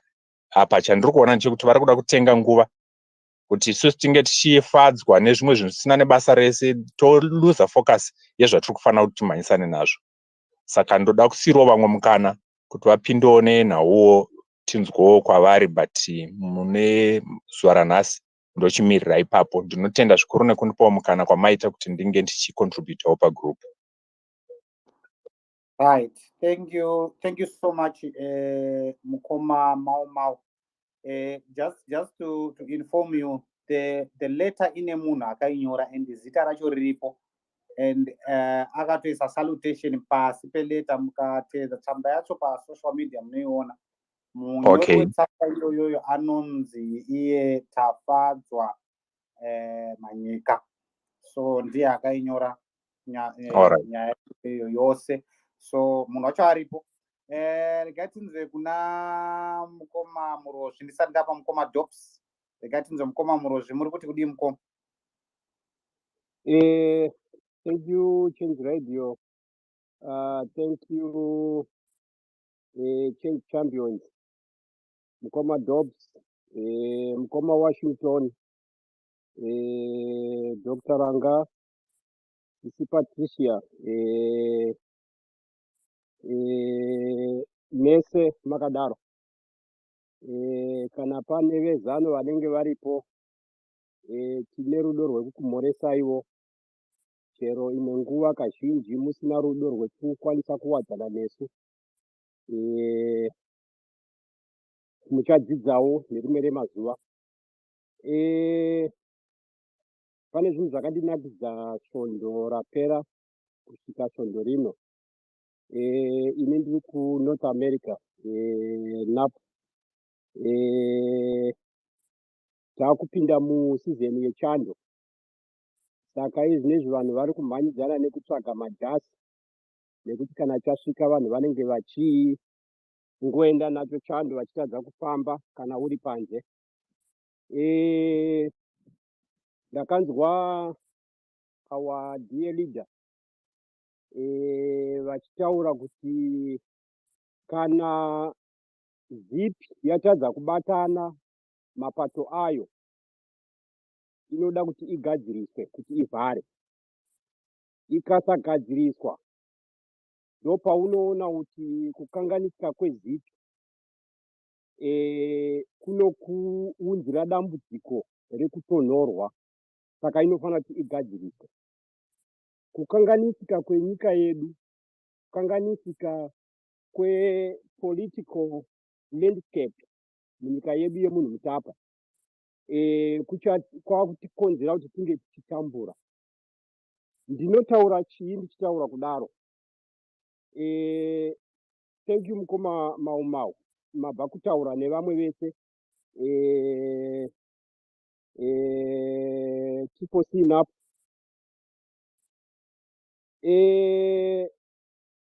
Vanotaura chivanhu vanoti ane bhora ndiye anomakwa. Zuro ndizuro vatsvangirai vanga vakamakwa, tikapinda mumaelections akawanda, tikaona zvinhu zvichitadza kufamba kusvika papoindi yokuti vamugabe vakati aiwa ini ndadyiwa natsvangirai, ndakugadzira mabhegi avo anga atopekwa. Izvi takatozvitaurirwa nadambudzi, aitaura kuti mabhegi emukuru anga atopekwa. Ndikati ndikataura namai ndikati mai ndipei baba nditaure navo, hakuna kwamuri kuenda. Ndobva taona zvatakaona kuti vanhu vakaurawa. Ndobva zvatidzorera 1982-83. Ndobva zvatipa futi mifungo yekuti saka zvinhu zvakaitika 82-83 ndo zvadzokorodzwa izvi. Saka zvinotaurei? Vana veZimbabwe vanoziva mhinduro, vanoziva zvakaitika, vakuandastenda kuti zvinhu zviri kubva kupi zvichienda kupi, nekuti tine dzidzo dzacho dzekuva vanhu vaexperiensa zvinhu zvacho. Ndo dzidzo yedu yatawana kubva mazviri. Now 2018 ndotanga pa 2017 pane vagona kutaura chivanhu kuti vanhu vakapemberera n'anga yakazobata mai vayo. 2018 ndobva taona zvakaitika.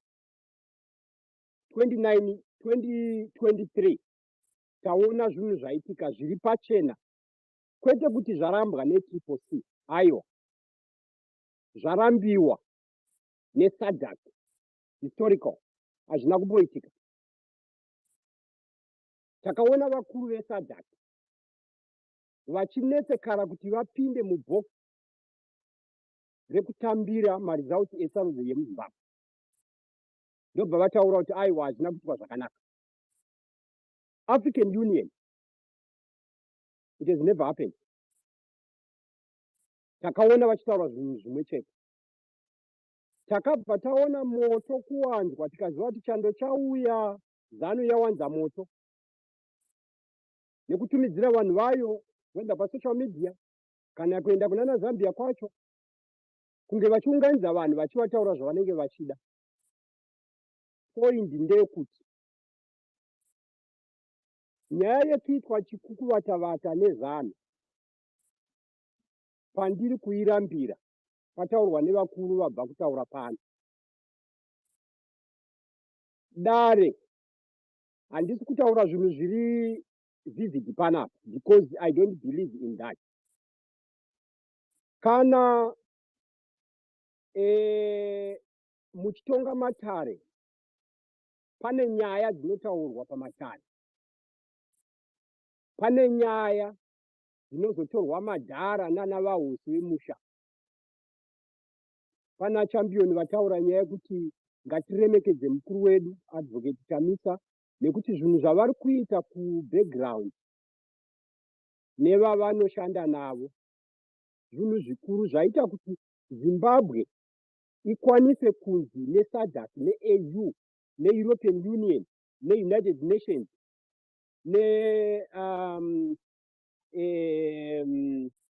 Carter Foundation, sarudzo dzanga dziri shambolic, hadzina kuitwa zvakanaka.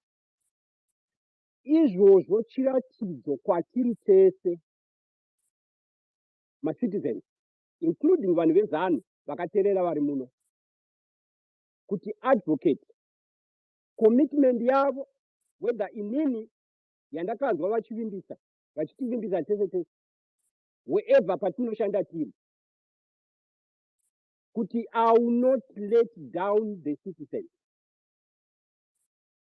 That has encouraged me and most of my colleagues vana sitting up, vana Chief Soswe, vana Job South Africa, vana Marufu, and many of you, we are encouraged by that. Why are we encouraged?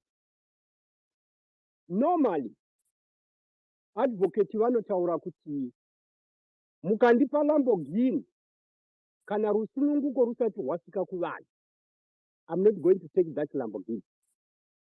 And it has been happening. Kupoladi vanokwanisa kunge vakadya, but vakati kwete ndinomira nevanhu vatambura nekuti ndo zvavari kuchema, which is exactly what our icon Changirai did. So is the leader that the people are crying for. Saka zvandiri kukumbira ndezvekuti maleaders mese muri pano ndandida kuti ndipasane zvinhu zvakawanda, but the reason yandisingadi kuti nditaure zvinhu zvakawanda ndeyekuti chidembo hachizirwe pane vanhu. Ndinotaura kakawanda zvinoita vanhu veregimu yeZANU, zvinhu zvese zvavanoita kubvira mazuva ataenda kumapungwe kuma70, vanofamba nekunzwa kuti mumaraini vanhu vari kuvafidza kuti inyaya yei iri kuitika, ndiani mutengesi, ndiani ari kuita zvinhu zvekuti, then vodhira nenyaya iyoyo.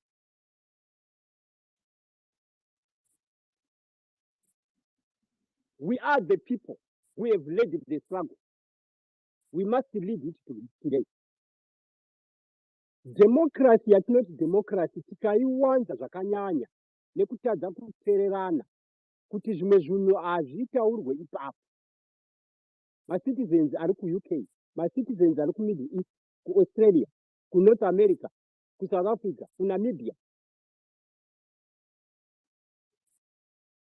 Munozivana kuti tiwine tise maMPs akawanda muparliament izvozvi zvakanetsa, not just isusu vanhu vemuZimbabwe kana nevezanu vacho, but the international community.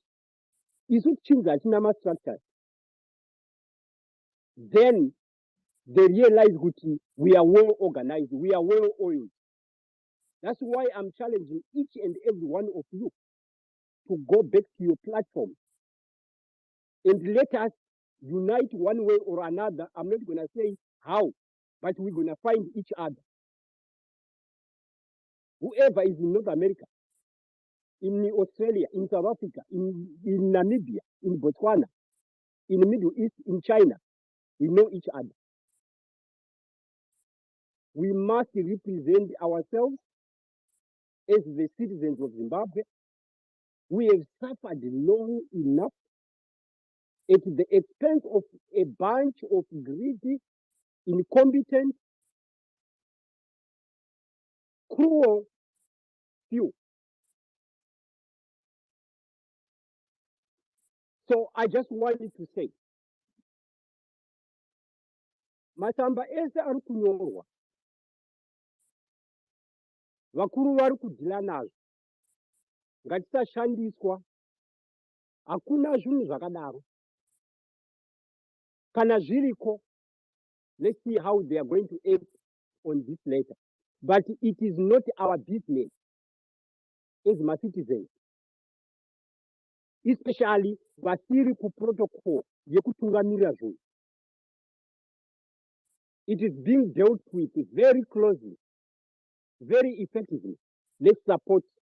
Last but not least, I've been talking to our citizens, our champions in South Africa, who are putting together a demo because we are not happy. When it happens in Zimbabwe, they started to shoot people with live bullets. That's the doing of a rogue regime. Let's support that. Most of us here, we are going to be seeing that flyer. Let's share with all our South African family members, friends, so they attend at the union building. It is our responsibility to come together and fight, and we must do it effectively. The happiness is not far. It is very, very, very close. Thank you very much for the opportunity.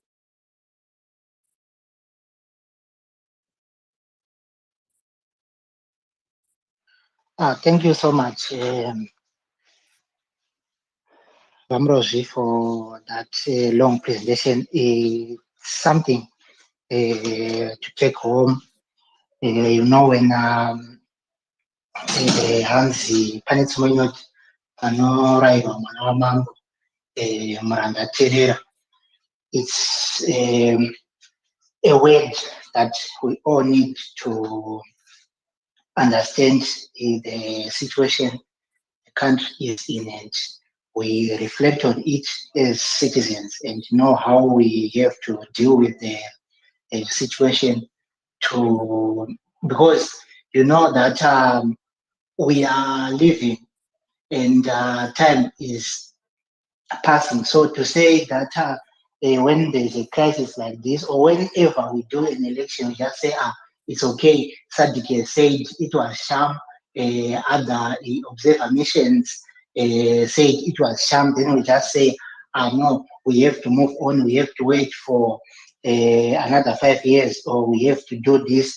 But people are losing lives. That's the truth of the matter. People are losing lives. The generations are being lost. Like I remember in 2008 when President Shanghai was saying that these children you are seeing here, by then he was referring to the youth who were there.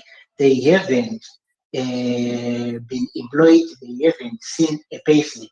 By then, it seems like, or it may be, if to those who were listening, it was something that many could not understand. But now, 15, 20 years later, those people are now reaching 50 years of age, 40 years of age. It's true that the country has been in the same economic crisis for the past 10, 15 years. And those people, if they were 35, they already lost more than half of their life. And where in a country where you have 68 minerals, but they are living a life where you say, something where you don't know, or you are not doing anything that is reliable. You are not working, you are not doing anything, you're not doing a business. If you are doing a business, it's something where you can just wake up, maybe you have your $20 in the bank account, then you are being told that it's now a gold coin, it's now a zig, it's now a it's now something. Then it loses value maybe to 20% or 10%. Then in that case, you find that all other businesses, all other services are being paid in US dollars, but only yours, you who is working, who is doing business outside government, you have the local currency, but the government itself, it doesn't take the money in local currency. If they are to take, they tell you that we use the prevailing rates on the same day. They charge everything in US dollars. They give you an opportunity to pay using the prevailing rate if you are paying in local currency. So all that, the government itself doesn't have confidence in the currency. In the currency they are creating. So it's something people have to think deep about, and where we are coming from, where we are going as a people and as a nation. I see we have a new speaker, Champion Patricia. How are you?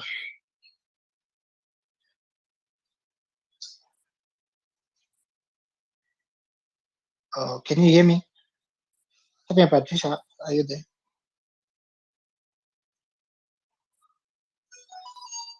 Co-host, can you hear me? Hear you. I can hear you. Yes. But Sister Patricia, I think she has to unmute herself and speak.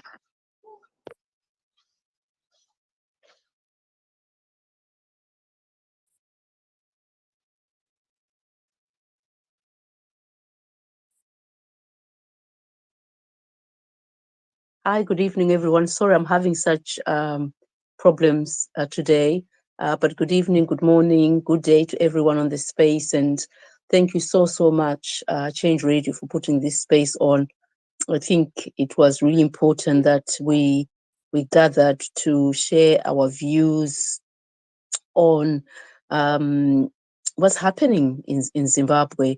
There's a saying that is goes like this: it's gone to the dogs, and I think that Zimbabwe at the moment can be described like that. It's a bit of a jungle. It's a lawless jungle. So when I was coming from work, I was thinking about the times in our world many centuries ago where there wasn't laws and everybody just did what they wanted when they wanted, and there was nowhere where people could go and report the harm that was being caused to them, or the inequalities or the challenges that they were facing. And we find ourselves in this modern society where we have a constitution, where we supposedly have laws, the judiciary, the police, and all of those things, but nothing seems to work in Zimbabwe. And we know why. It is because the current regime wants to hold on to power by whatever means, and they have turned the country into a lawless jungle. And it's really sad to watch. And I think for the people on the ground, I can just imagine their hopelessness, that feeling of hopelessness of where do we go? What do we do? You can't go to the police, because if you go to the police, they won't act. The police are afraid. They've no power. You can't go to the courts because the courts are captured. There is really nowhere to go. It almost feels as if we are in a prison. There's this sense that, we are in a prison and we're the walking dead, so to speak. If you've ever watched movies, those movies about zombies, and you see the walking dead walking everywhere, with limbs broken, with everything falling apart. I think that's the sense that one gets about Zimbabwe. And this recall letter, I think, in my view, the speaker has to respond to that. They can't wish it away. That's not our problem. They cannot wish it away. They need to respond to it, whatever it is, in the same way in which they responded to the fake CCC recalls by a fake and non-existent interim SG, or someone who calls themselves the interim SG for the CCC. That is how they need to respond to this recall. And I think all eyes and all ears are on Mudenda, and we hope that he does act. But I suspect that what he is going to do is dismiss it. He's going to dismiss it. He will not write to ZEC, and ZEC will act on the letter that he wrote about the recalls of the 15 CCC MPs. And that is because they want that majority in Parliament. I think they were shocked that one of their favorites, the failed finance minister, lost. I think that didn't go down well with them, and they hatched this plan of the recalls, and they bought this shabangu. Whatever it is that went on behind the scenes is really not for us to speculate. But we want to see fairness and equal ways of treating issues when they arise in the manner in which they have arisen with these recall letters. There is so much that is going on Twitter. You know, the ZANU PF camp, so many letters that are being written by whoever these people are, calling themselves the interim SG and whatever else. And we also see Shabangu, clearly a sellout, doing all that he can to destroy the Triple C with the help of the regime. So we mustn't forget who is at the top of all of this. Shabangu is a scapegoat. He's been used, and the focus is on the ZANU PF regime. They are the perpetrators of everything that is not working in our country, from our economy, from the abuse of human rights, from the arrests and the imprisonments. It is the abuse of power is what we are seeing happening in Zimbabwe. I was just reading something on Twitter, you know, some of the arrests that are happening towards our Triple C members. And one of the accusations on the police docket was that a member of the Triple C had slapped someone on the shoulder twice.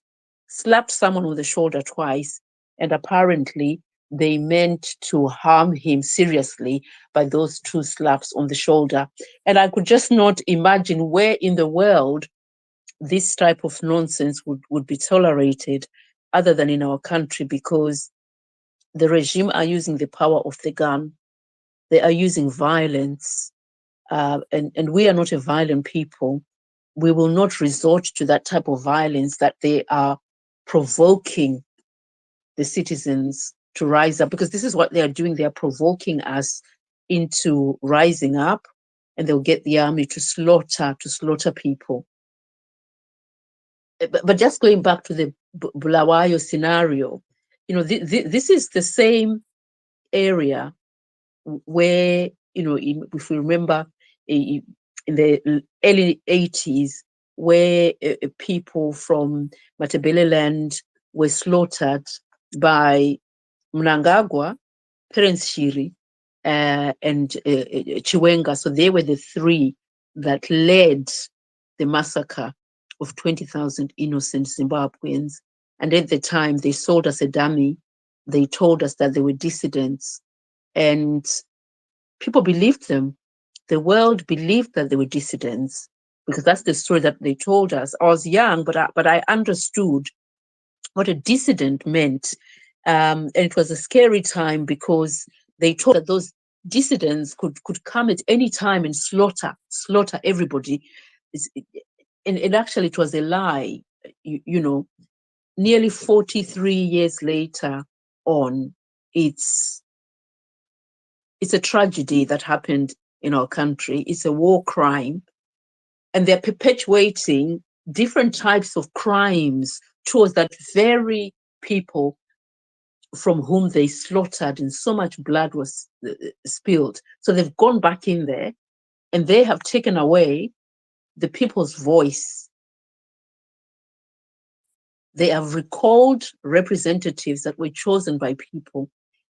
And it's 20,000 people that were murdered. So, you know, multiply family members, how many thousands more of their family members are alive today? And they would have been told the stories.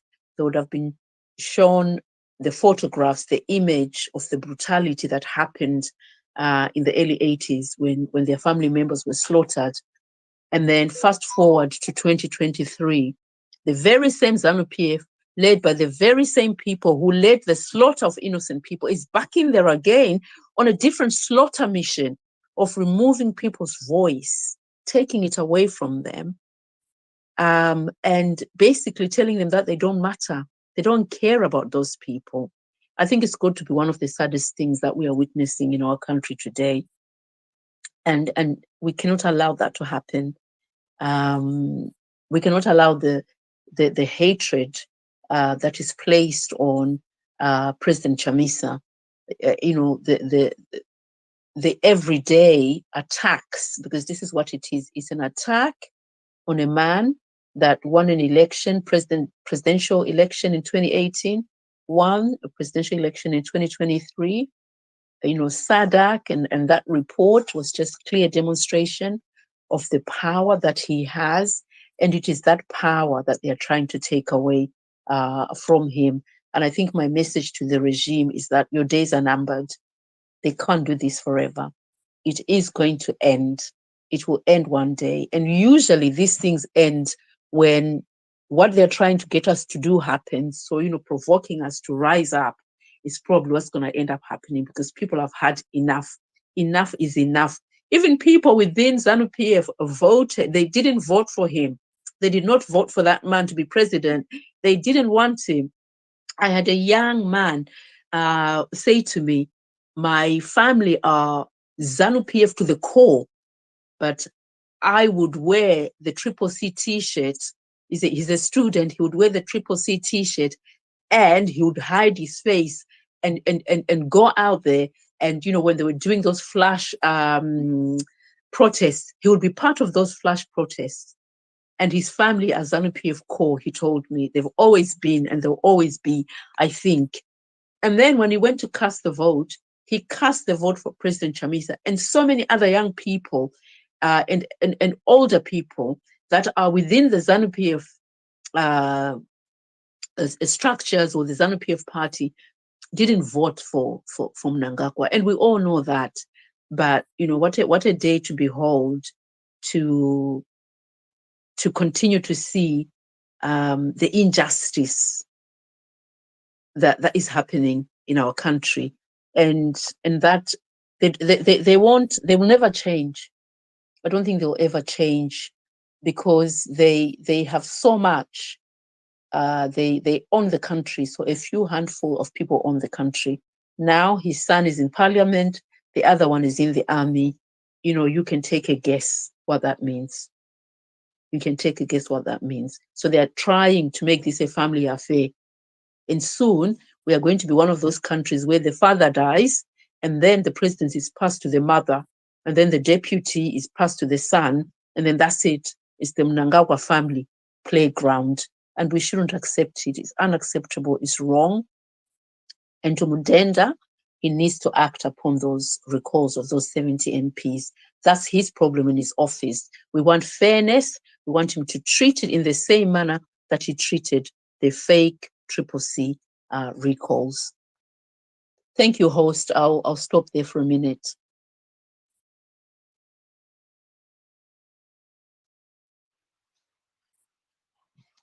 Thank you so much, Madam Patricia, for that. I think what you said is very important, especially when you said that we need to see the same response they gave to the policy for change. They have to do it to all other complaints or other letters they receive. I just wanted to say something that is off topic. I see that the Citizens Coalition for Change MP for being not, if I'm not mistaken, for being not Honorable Prince Tuleko. He was also recalled. He is the one who was sworn in on the same day, same session, and recalled. So they sworn him in so that they can recall him. So this is what is happening in Zimbabwe. It's just like that. So he has called. He announced that there is a peaceful demonstration in Bulawayo on the 23rd of October. I think it's on a Monday, and so you can go to his timeline. There is the poster he posted, and the demonstration will be peaceful and demonstration by citizens demanding inclusive dialogue to deal with the SADC election. SADC election observer mission report conclusions and the reversal of unlawful recalls of MPs and councillors. observer missions have spoken that the outcome of the elections do not reflect our will as do not reflect our will as citizens. The church has spoken about the outcome of the elections and unlawful recalls. The business leaders have spoken about the outcome of the elections and the cause. It's only us, the electorate, that he has not said anything. So what he is actually saying is that the electorate has to speak out. Those who voted, they have to stand up and say, no, Mgenda, what these political parties are saying is not what we want, is not what we think should be happening.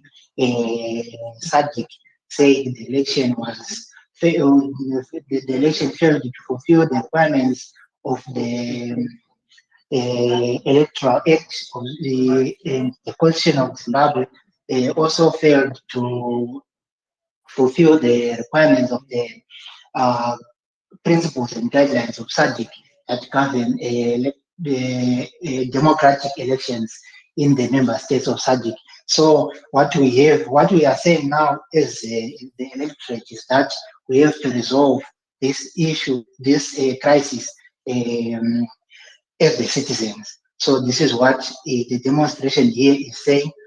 That's what I just wanted to say about the demonstration. You can go to his timeline, check that fly. We have a new speaker, Dobbs and Zix. So now I will go to Dobbs, then after Dobbs will go to Zix, then we'll come back to CCC. Over to you, Dobbs. Many thanks, Hosti and others on the space. I think our problems remains our problem. This is where they are recalling. It might be a sideshow to make us just see as if they've got such a problem in ZANU PF. But we understand in terms of Uchaba, CCC doesn't have such problem. This is the problem which they are creating inside CCC. So we don't have to analyze it a lot to say what are they likely to do, because we know that apart from that, that the elections were not free and fair and credible. On that report, it has been mentioned to say they don't follow our own constitution, to say our government doesn't follow its constitution. So what would you accept from the recalling on parliament? To say, are they going to follow the law? Well, this is an awkward that the government doesn't follow the law.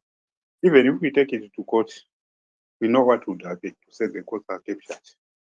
So this is one of the side show which they might throw to divert attention to the people, to say they must stop whatever they want, and then hope to say even in ZANU PF some will be recalled. While we know that it's within the ZANU PF itself whether they wanted to recall them or not.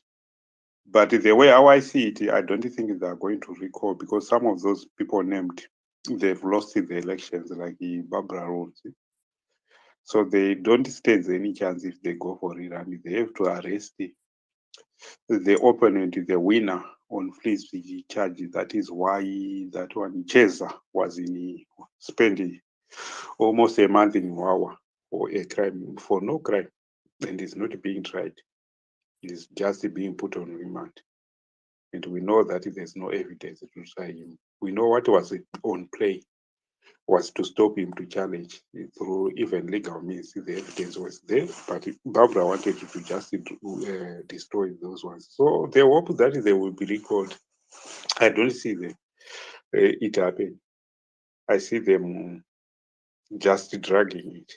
They might recall. If they recall, it will be temporary, where they use the courts to bring them back, not for them to come back through by elections. I don't foresee it. In any case, even if we go for by-elections, we haven't addressed a lot of issues to do with this ZEC and the way our elections are done in Zimbabwe.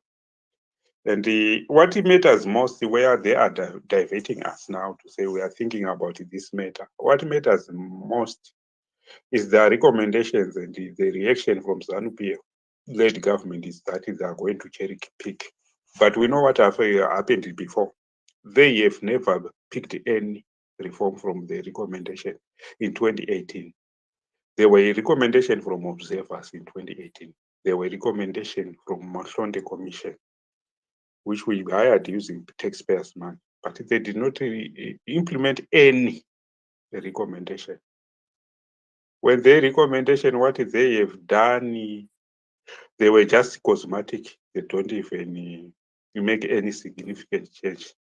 Even those ones who are abroad are not even allowed to vote up to now. So we should be focused on those issues to say those are the ones which you should be demanding, not on this one only where they just recall, after recalling, because it's ZANU PF who have recalled CCC MPs, then they pretend to be recalling their own, knowing that they might not even implement the action, but they are understanding the pressure to say people are not happy, and they understand what is happening in Mozambique, so they want our pressure to go a bit down instead of boil over. But we have been preparing for ZANU PF to deal with them. Some of us, we don't have that patience to wait for 2028. And we can't wait for 2028 because it's a done deal. If there are no reforms, 2028 is a repeat, it's just repeating 2023, where the executive is going to announce the winner. So what we have to understand at the moment is to say, if we don't pressure them to do the reforms, and if we don't pressure them to revisit the 2023, we are not going anywhere with the ZANU PF. And that is what they are trying to do, to run away, to escape that pressure from us. But we are not going to do that. We will put those pressure. We understand to say they've marked our leaders. CCC elected officials are being arrested left, right, and center. Those ones who were agents, they are being denied any benefit being from government. Or they are being isolated everywhere. Some of them are having their hearts being banned, some offer letters being withdrawn.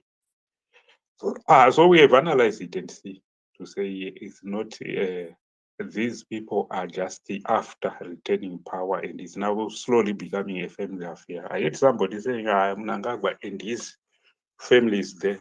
You can extend even to the senators who have been appointed. They are all related. Those who is being appointed in cabinet and government posts, like that brother of Enuta.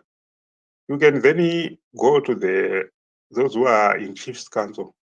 The senators, chiefs, they're all related to Mnangagwa and his missus. So the whole thing is being a family affair because maybe because they don't trust anybody outside. But to think that they are going to change without keeping them pressure, they will be joking. We know that any demonstration will be killed. We can't argue people to say go on the street and demonstrate. We find it very difficult. And to just open that mouth to say go on the street. If somebody is in Zimbabwe, I guarantee you will be arrested. We will have that repeat of Jacob Ngarubu, who said let's have a peaceful demonstration, but then it was interpreted to say it's in incitement to commit public violence, which is strange in Zimbabwe. To say they misinterpret law to just suit themselves. But nevertheless, we are not going to just lay our heads and deny to say we can't do anything because Mnangagwa kills, Mnangagwa arrested, because at the moment, we are being killed anyway. We are being arrested anyway.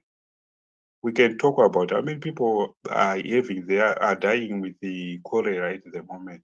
They are not even, they don't want you to know they're eating. They just have that number. They don't want you to display it. It is those people who are being displayed from farms which are owned by ZANU PF elite, which are now being repossessed by ZANU PF elite.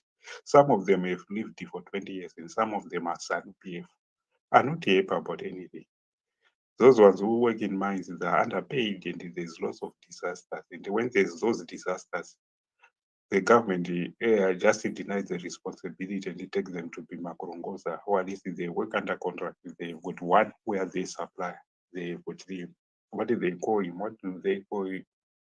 They usually call him a sponsor, but that is where they sell to. They can't sell to any other one. And that sponsor is the one who determines the conditions and the price.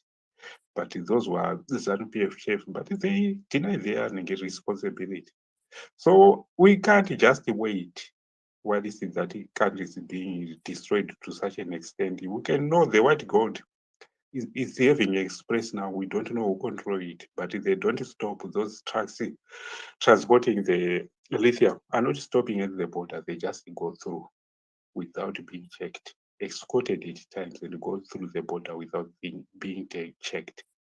So we have decided with other citizens, other progressive Zimbabweans, to say we cannot just act, just wait, we have to act. We have communicated, we have written emails on Twitter to ZANU PF, but they don't respond. If they respond, they just pretend to say they will do something, or even promise a promise which will end up as a promise. So we have decided this time to say on the 26th, we are going to close the border, the Beitbridge border post. And we want that effect to be felt across the Limpopo. That is our aim.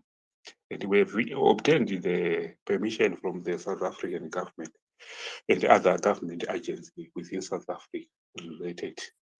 We applied to Beitbridge for demo. They said they can't.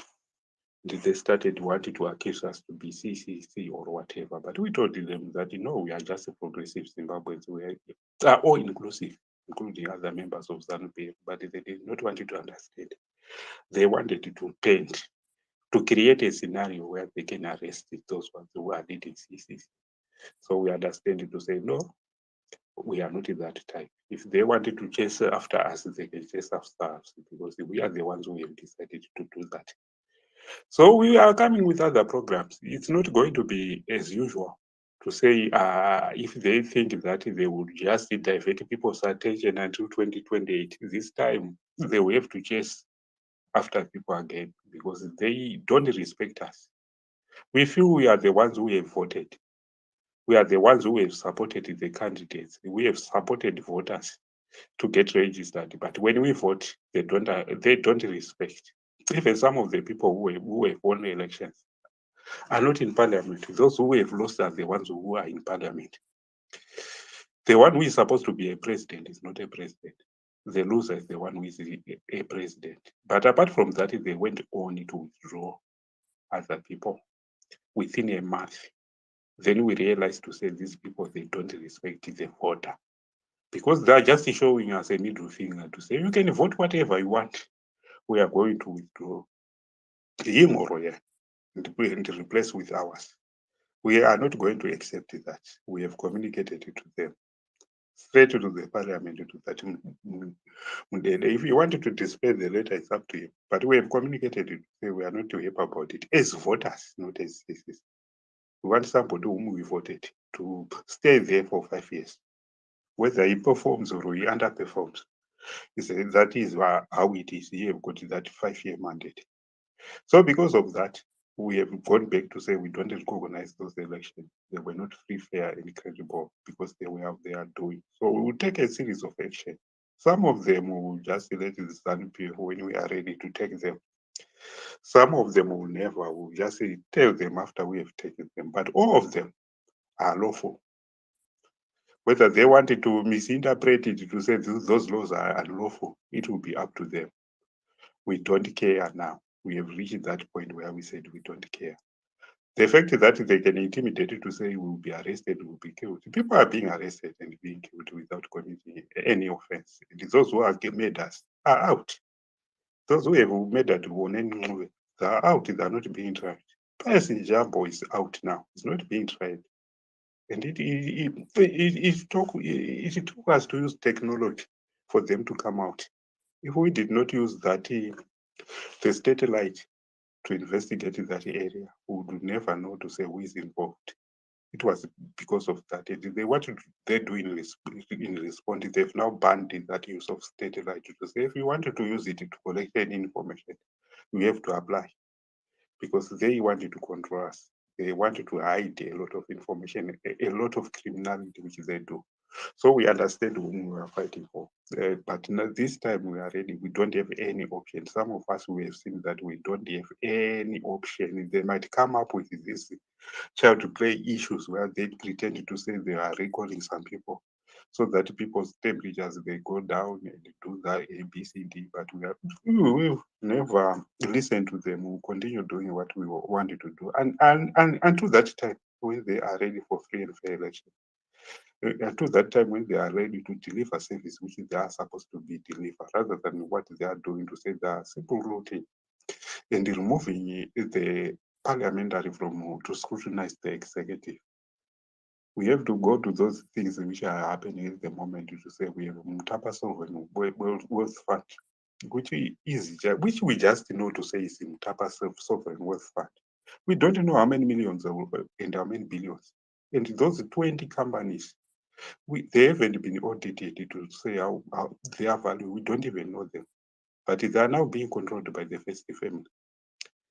Whoever going to be given tenders, we don't even know. And the parliament is excluded from it because that Public Procurement and Disposal of Assets Act means that the first family can just sell those assets. They can sell a post office building.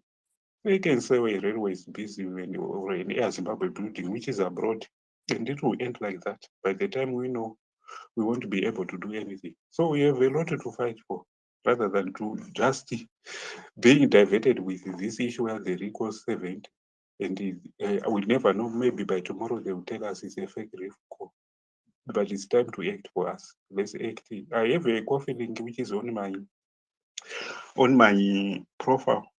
If there's anybody who just wanted to support a BT, but I think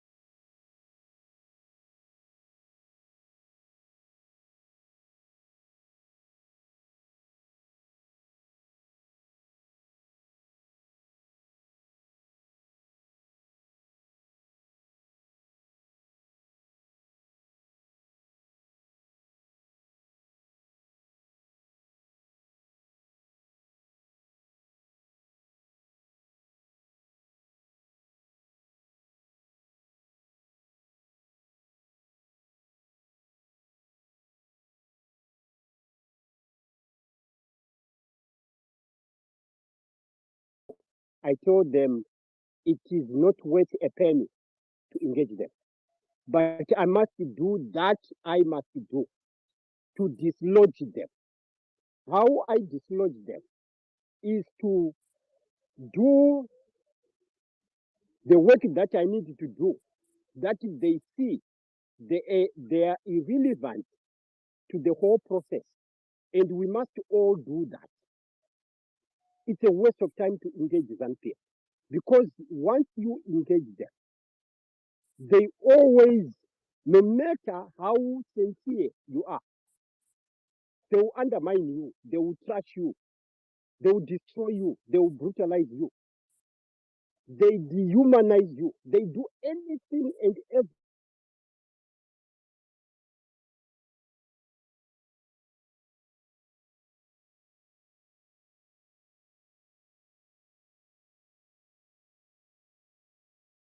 So it is not worth it.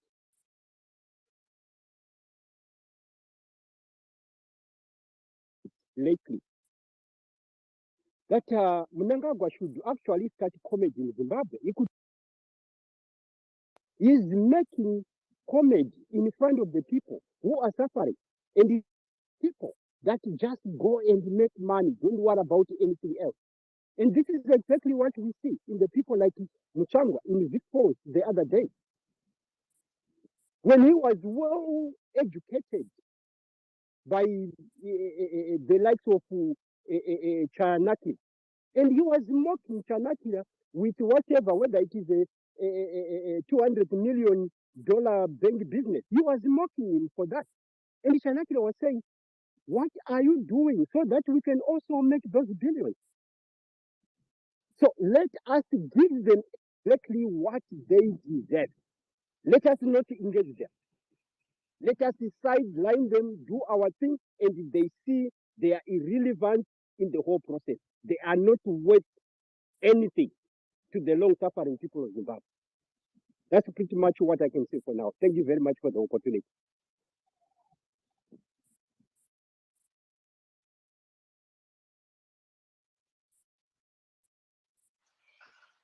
Thank you.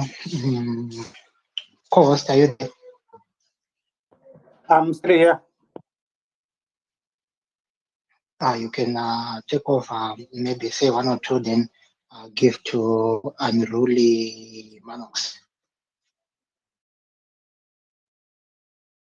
Yeah, so before you go to Unruly, I just want to inform that people, we have been here for almost 3 hours now, and I think it sounds like it's very short because I know a lot of people have got a lot of things to say, and we have a lot to contribute, but always vanoti anzi zvoni kangoma kariri sendo kaparuke kuti nambe tambe inoregwa ichanaka. So we just want to have few people to contribute, then we can close the space and then debate on other platforms.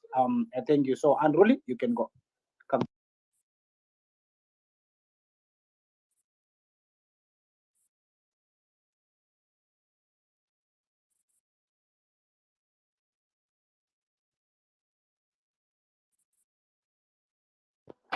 Unruly, you can come through, unmute yourself.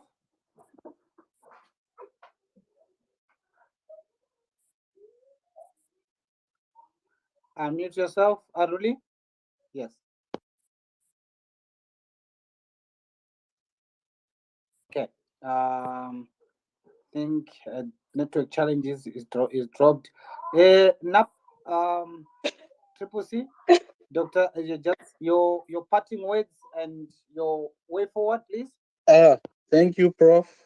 Thank you, Change Radio, and my brother Dobbs, my brother Mroji there. It's good to see you. Thank you very much for this discussion and for everyone who is participating. Let's share this space with as many Zimbabweans as possible on Twitter, Facebook, WhatsApp groups, wherever Zimbabweans can be found, so that we talk about this. My parting words are that whoever is in power in Zimbabwe needs to be always doing the right thing, whether it's president, whether it's Speaker of Parliament, whether it's running our police service, whether it's the CIOs, whether it's the soldiers. They are there because we allow them to be there. We pay them as taxpayers of Zimbabwe. Wherever we are in the world, we're doing that. So whatever is going on within ZANU PF, that's their internal affairs. And that's okay. And the same is happening in Triple C, the same is happening in MDC, the same is happening in so many other political parties that are out there in Zimbabwe. What's very critical is that anybody who holds a position of power or is a representative of the citizens, they should always remember that they work for us as Zimbabwean citizens, whether you're a Speaker of Parliament, whether you're a President of the Senate, you work for us Zimbabwean citizens. Every one of us should always remember that. We should remember that. You can't say, I need doctor and I'm special, so I do this. So unfortunately for us as a country, the people running our government have taken Zimbabwean citizens for granted for so long. And I'm sure you have seen a hashtag yaitwa nemayuth yakanzi freedom or death. What we are asking for is to say, we fought for the war of in the war of liberation, which is 43 years ago, so that we could be free as a country, as a people. And freedom speaks to economic freedom, financial freedom, human rights freedom, right of choice. All those are very basic things. And dignity. I think that what people are not realizing is that a few very, very misguided individuals in our country have taken it upon themselves to say, we run you, or we manage you, or we determine your destiny, all of you. They take us for granted. And I think that that should come to an end. If people are here who may be part of these schemes, whatever is going on, look, we all know Speaker Jacob Mdenda should never have taken some stupid letter from a stupid nobody and make it such that you have a very drastic decision. It's not easy to just to say a member of parliament like Prince Dueko, how many people in Binga voted for him? You don't just wake up as speaker and say you are no longer a member of parliament. That's number one, taking that member of parliament or citizen represented for granted. Number two, that's taking the citizens for that particular constituency for granted. Number three, that's taking our country for granted, because guess what? When parliament does not do the work it was assigned to do, we all suffer as Zimbabwean citizens, whether you're Triple C or you're ZANU PF or an independent or any other political party. This has consequences. And unfortunately, they have done that with our elections that just ended in August. And they are going on, they're doubling down. All these shenanigans, all these tactics that they're doing after the election. They take Zimbabwean citizens for granted. That needs to end. And Mr. Mdenda and others who are part of these schemes have been asked to reinstate the members of parliament from Triple C who were recalled. We don't know what they are going to do with this ZANU PF mess that's unfolding. What we expect is at all times, people holding positions of power in our country should be working on behalf of the citizens. You may be ZANU PF, but remember the people paying your salary as Zimbabwean citizens, which includes those from Triple C, those from ZANU PF, those from the MDC, those from Passenger 34, and so many others. It doesn't matter. At the end of the day, the money that's used to pay for those representatives are from the taxpayers of Zimbabwe. The truth is, with the Political Finances Act, the Triple C as a movement won so many votes in Zimbabwe, and we as Zimbabwean citizens said, if a political party gets this percentage of votes in an election, they're entitled to these funds so that we can keep having citizens like this party. They want that party to flourish, to promote whatever philosophy they have, whether it's ZANU PF philosophy or Triple C or any other party. What we expect is that what you do for ZANU PF, you do for Triple C if you are running the treasury of of Zimbabwe as a nation. You don't pick and choose as an individual. That's an abuse of office. And this is where we are saying, Mr. Mdenda, stop abusing your office as Speaker of Parliament. The President of the Senate, the lady, you do the same. Who is instructing you to disrespect and disregard Zimbabwean citizens? That needs to come to an end. We shouldn't be continuing on this cycle when we have young people as young as 23 dying on our roads because, number one, the roads are in a terrible mess. Number two, when they go to the hospital, whichever hospital, whether it's a hospital in Mashingo or whether it's the one in Mutare, the results are the same. Our hospitals are not working. People can't even get oxygen at a hospital after a tragic accident like what happened to Gary.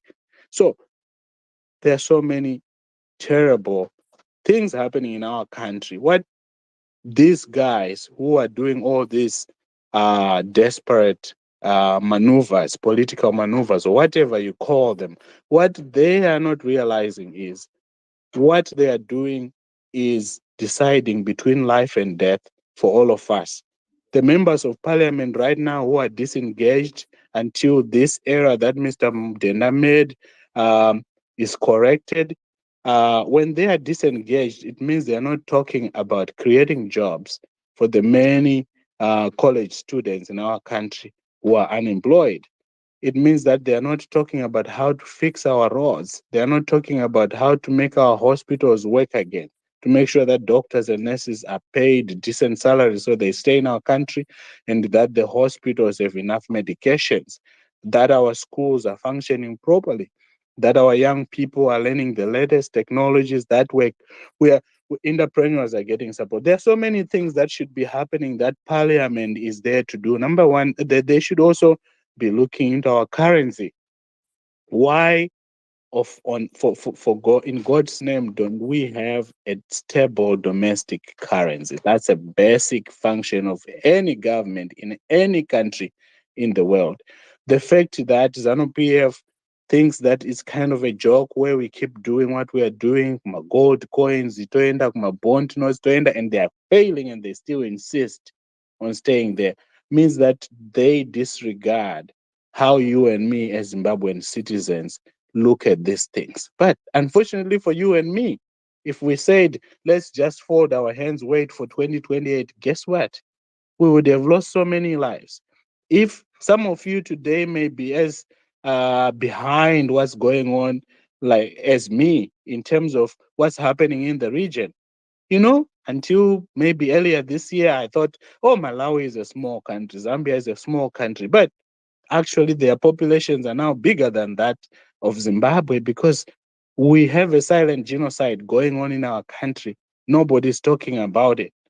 And if we continue on this path and say, oh, just another, 2028, just imagine how many more lives we will lose in the next 5 years. And these guys don't care. Okay, so, and that is why they have been given 14 days to say, we want to resolve this governance crisis once and for all. We need to make sure that we have a process that every Zimbabwean citizen signs off of and says, this is open. This is going to give us better direction so that we have a government in which people are confident. When we have confidence in the government of the day, people are confident to invest. They are confident to come to our schools and our hospitals and so forth.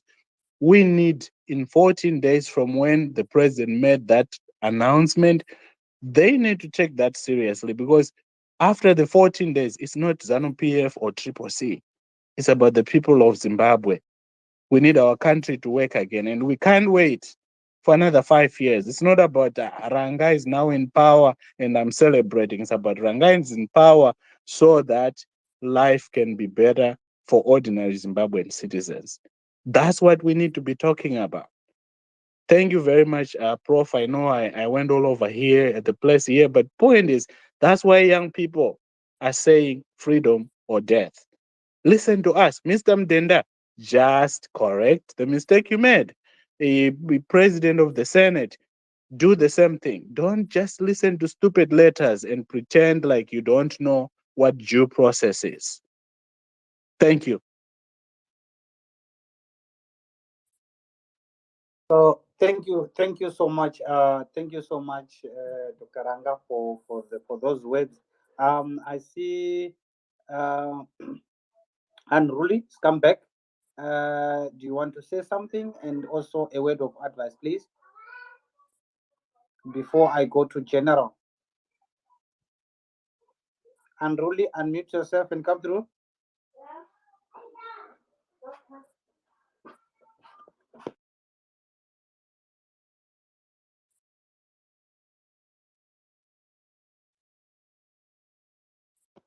Okay, seems like Unruly is still having some challenges. I saw someone who just went down again. I think General has gone down. Dobbs, your last word, parting word, please. Many thanks for hosting a space and others on the platform.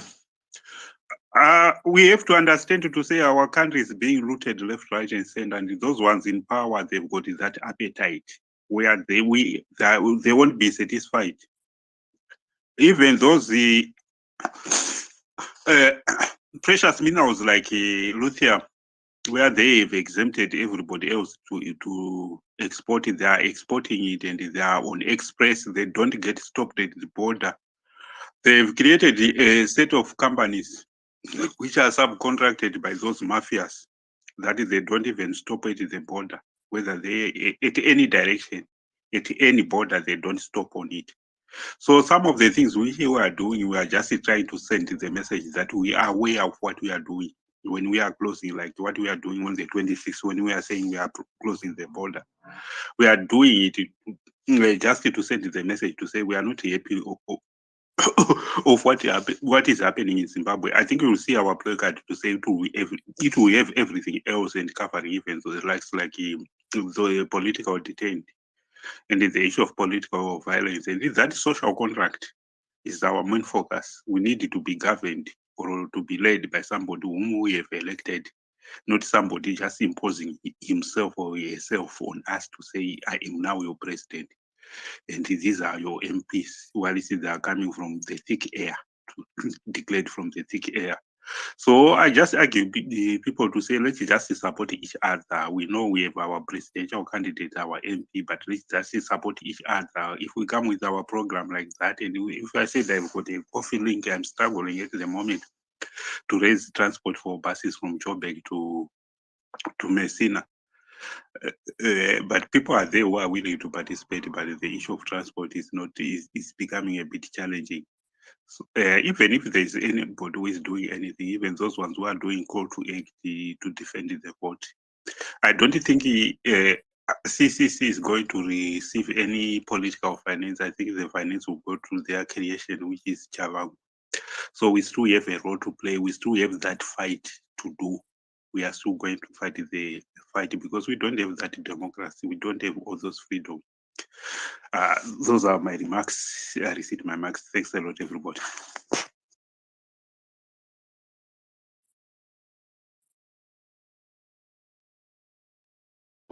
Thank you, Mkoma Dobbs. Co-hosts, do you want to say anything, parting words, or any advice, please, going forward?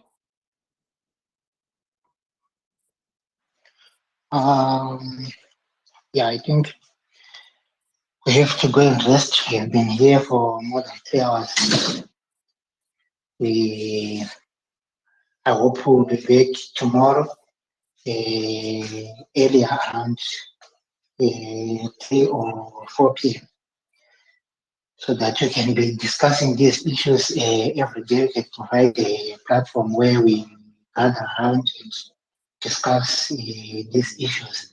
I just wanted to say that if you want to say something, or if you wish to us to continue this conversation, you can request the mic. We can continue.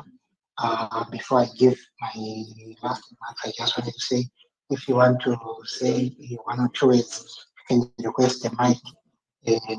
We want to have a platform where we discuss the issues that affect our country in a manner that provides truthful information, that provides that reflects on what is happening, the situation our relatives, the situation ourselves are in. You know what?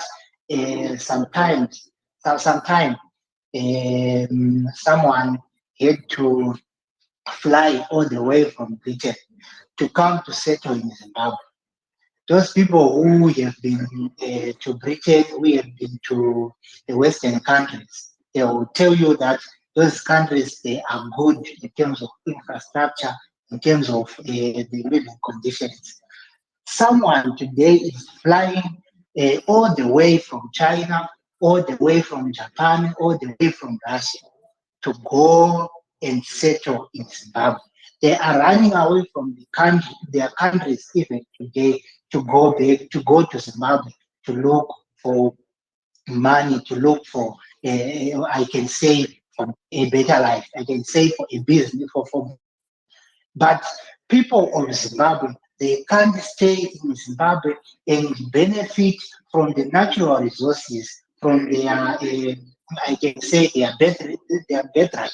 They cannot benefit from that. People in Zimbabwe, where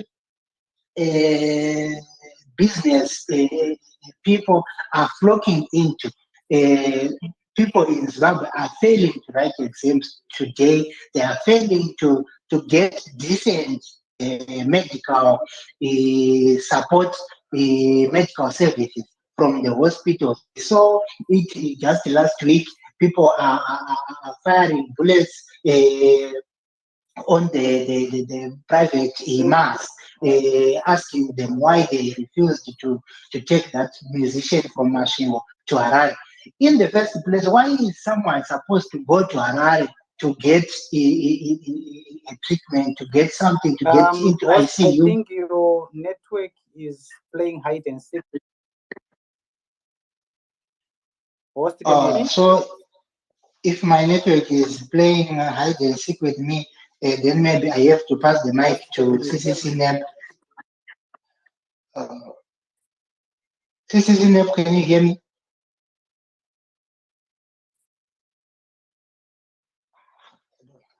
CCCNEP, can you hear me? I think CCCNEP, can we give the true citizen first before we give to yes, to my brother. Taranda? Anytime Please, my hand was sure. Thank you so much. I saw your hand. Yeah, you can go through the true citizen. Thank you so much, Change the Show, Professor Post. Thank you so much for this space. I don't have much to say, but just to say, if this message could go to Mr. as the Speaker of Parliament, please let us restore order in Zimbabwe. When we look at all these recalls, it's causing a lot of chaos. A lot of chaos, and things are not what it's supposed to be. This is actually disgusting. It's quite an embarrassment to the nation and to the world at large. Because when we look at this and you see what is happening, those MPs have been put to place for them to represent us as citizens. So when we say Benda says no, there's nothing I can do, It doesn't verify. Things just go and things are done. I want to believe that this, if it is in the system, I've just heard that it is part of the constitution, it is in the constitution. I think these are some of the reforms that must just be done. This recalling of MPs must be completely moved. People are playing with our future. He doesn't care. Look at this one also is calling about 70 MPs. We are not taking sides, whether I am a CC, whether I am a ZANU PF. What is happening? Is it building Zimbabwe or it is destroying Zimbabwe? We see ourselves being destroyed. I don't know what is happening. Oh, it's my network also now playing hide and seek with me. May you mute your mic? I think it's your network. When you are not speaking, Professor, may you mute your mic a bit? It was also giving some feedback. Am I audible? Yeah, audible. Yes, you are. Thank you so much. So I was saying, when I read this, I thought maybe these people are just playing with us. This is fake. This is not true. And then I continue to see a lot of things coming. And to me, I still think this is just a way of a compensatory behavior that is happening with the ZANU PF. After the recalling of the CC, they are trying to protect themselves to say, look, we also have our MPs being recalled. That's what I'm thinking. I might be wrong, but I still believe this is just a compensatory behavior to justify themselves that no, we are not involved in this.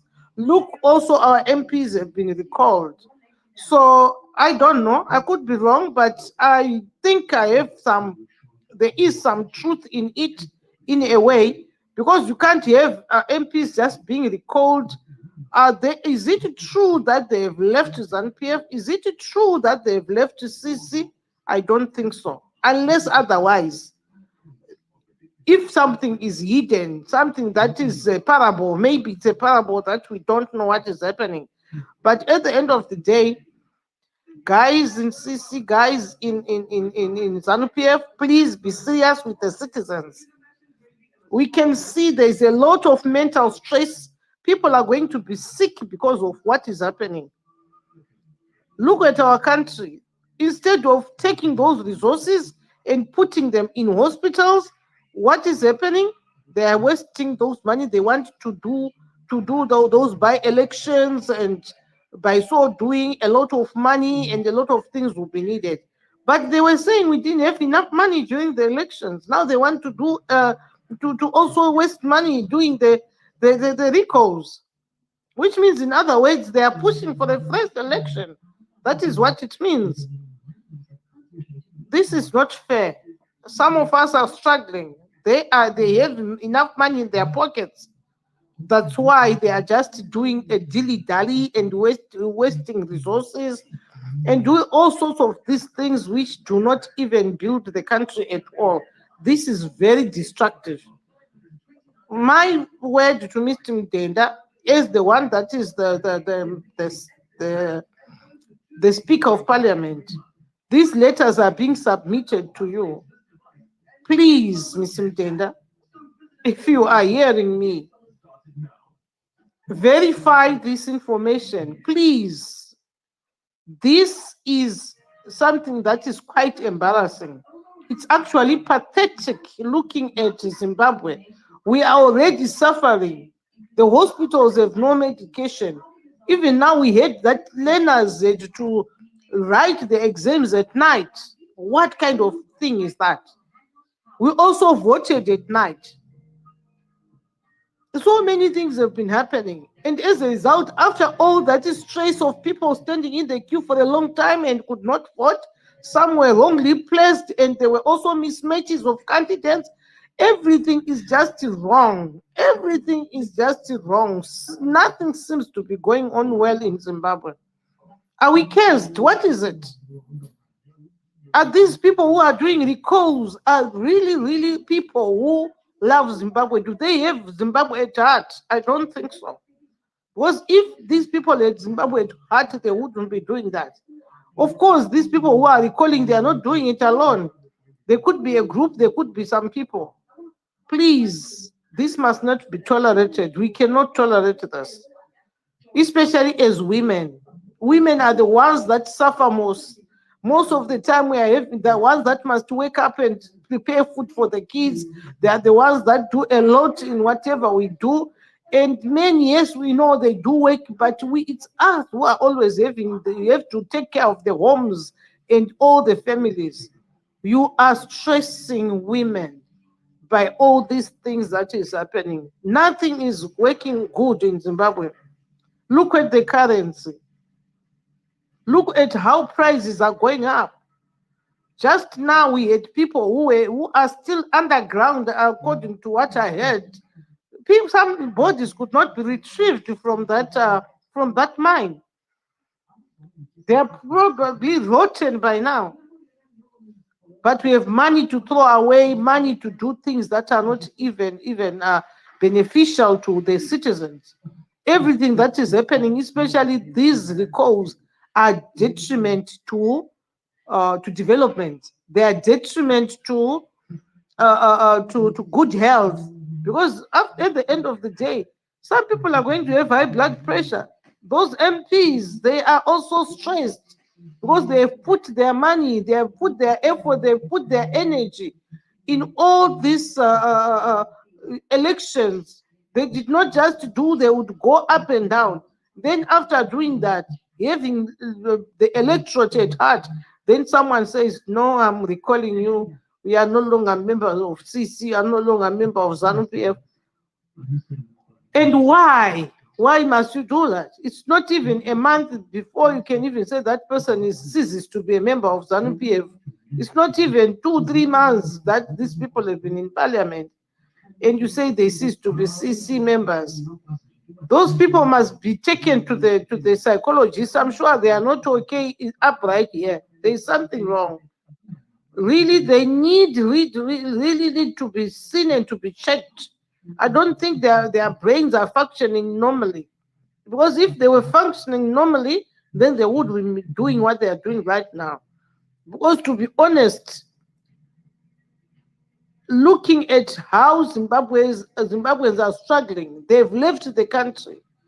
They are all over. They have been misplaced because of hardships, because of economic hardships, because of whatever is happening in our country. But you continue to do this. More people will leave. More people are going to leave.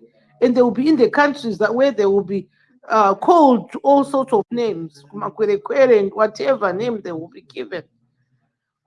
Please, let us be one. Whether you're ZANU PF, whether you're CCC, whether you are whatever party you are, let's not do things that hurt the ordinary citizens. Do things that benefit you and stop doing things that actually destroy the citizens, that destroy Zimbabwe. Zimbabwe is for us all. It's not about Venerayo, it's not about CC, it's for all the citizens. If the leaders of all these parties would know that, I'm sure they would start respecting us. They must respect our vote. This recalling of MPs must stop and must be completely stopped. Every MP that was elected must go back to parliament, unless otherwise. I don't know their motive. I don't know why they are doing that. But we cannot live in a country where things are going on like this. It's a messy. It's a messy. Thank you so much. I think I'll go on and go on and go on, but I think I've said enough because my heart is aching and you begin to wonder. 70. How can 70 people cease to be to be members of a party at one go? How? How is it so? Even the number that was recalled for CC, so many of them My man, we must not do that. We must not do that. Thank you so much. We know women are, have got people, have got children at heart. We are mothers. We are sisters. We don't want to see our brothers, our mother, our children being hurt. So we'll never stand so low to do the recalls. We can see these recalls are being done by men. Why? Because men do not carry children in their womb. We carry children in our womb. We have gone through labor. We know what it means to hate your own child, to hate your own brother.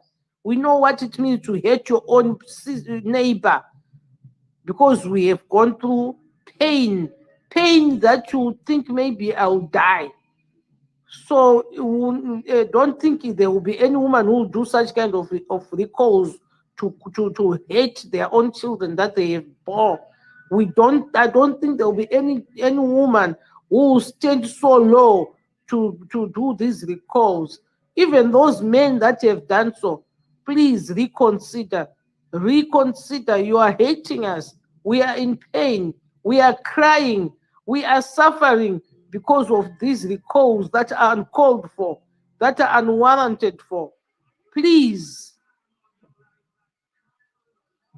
all those that are supposed to protect citizens, do so. Thank you so much. I yield.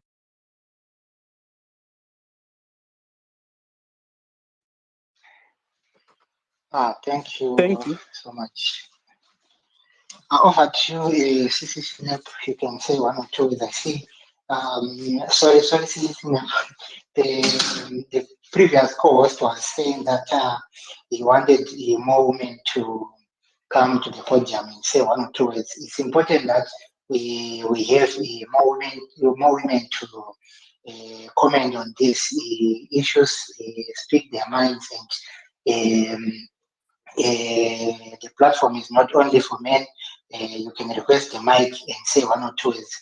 I think we'll close on top of the hour, so we still have time, and you can still invite others to come and listen, come and say one or two words. I see there are many prominent women who are in the listeners, so you can request the mic and say one or two words. But we are here discussing the issue of recalls.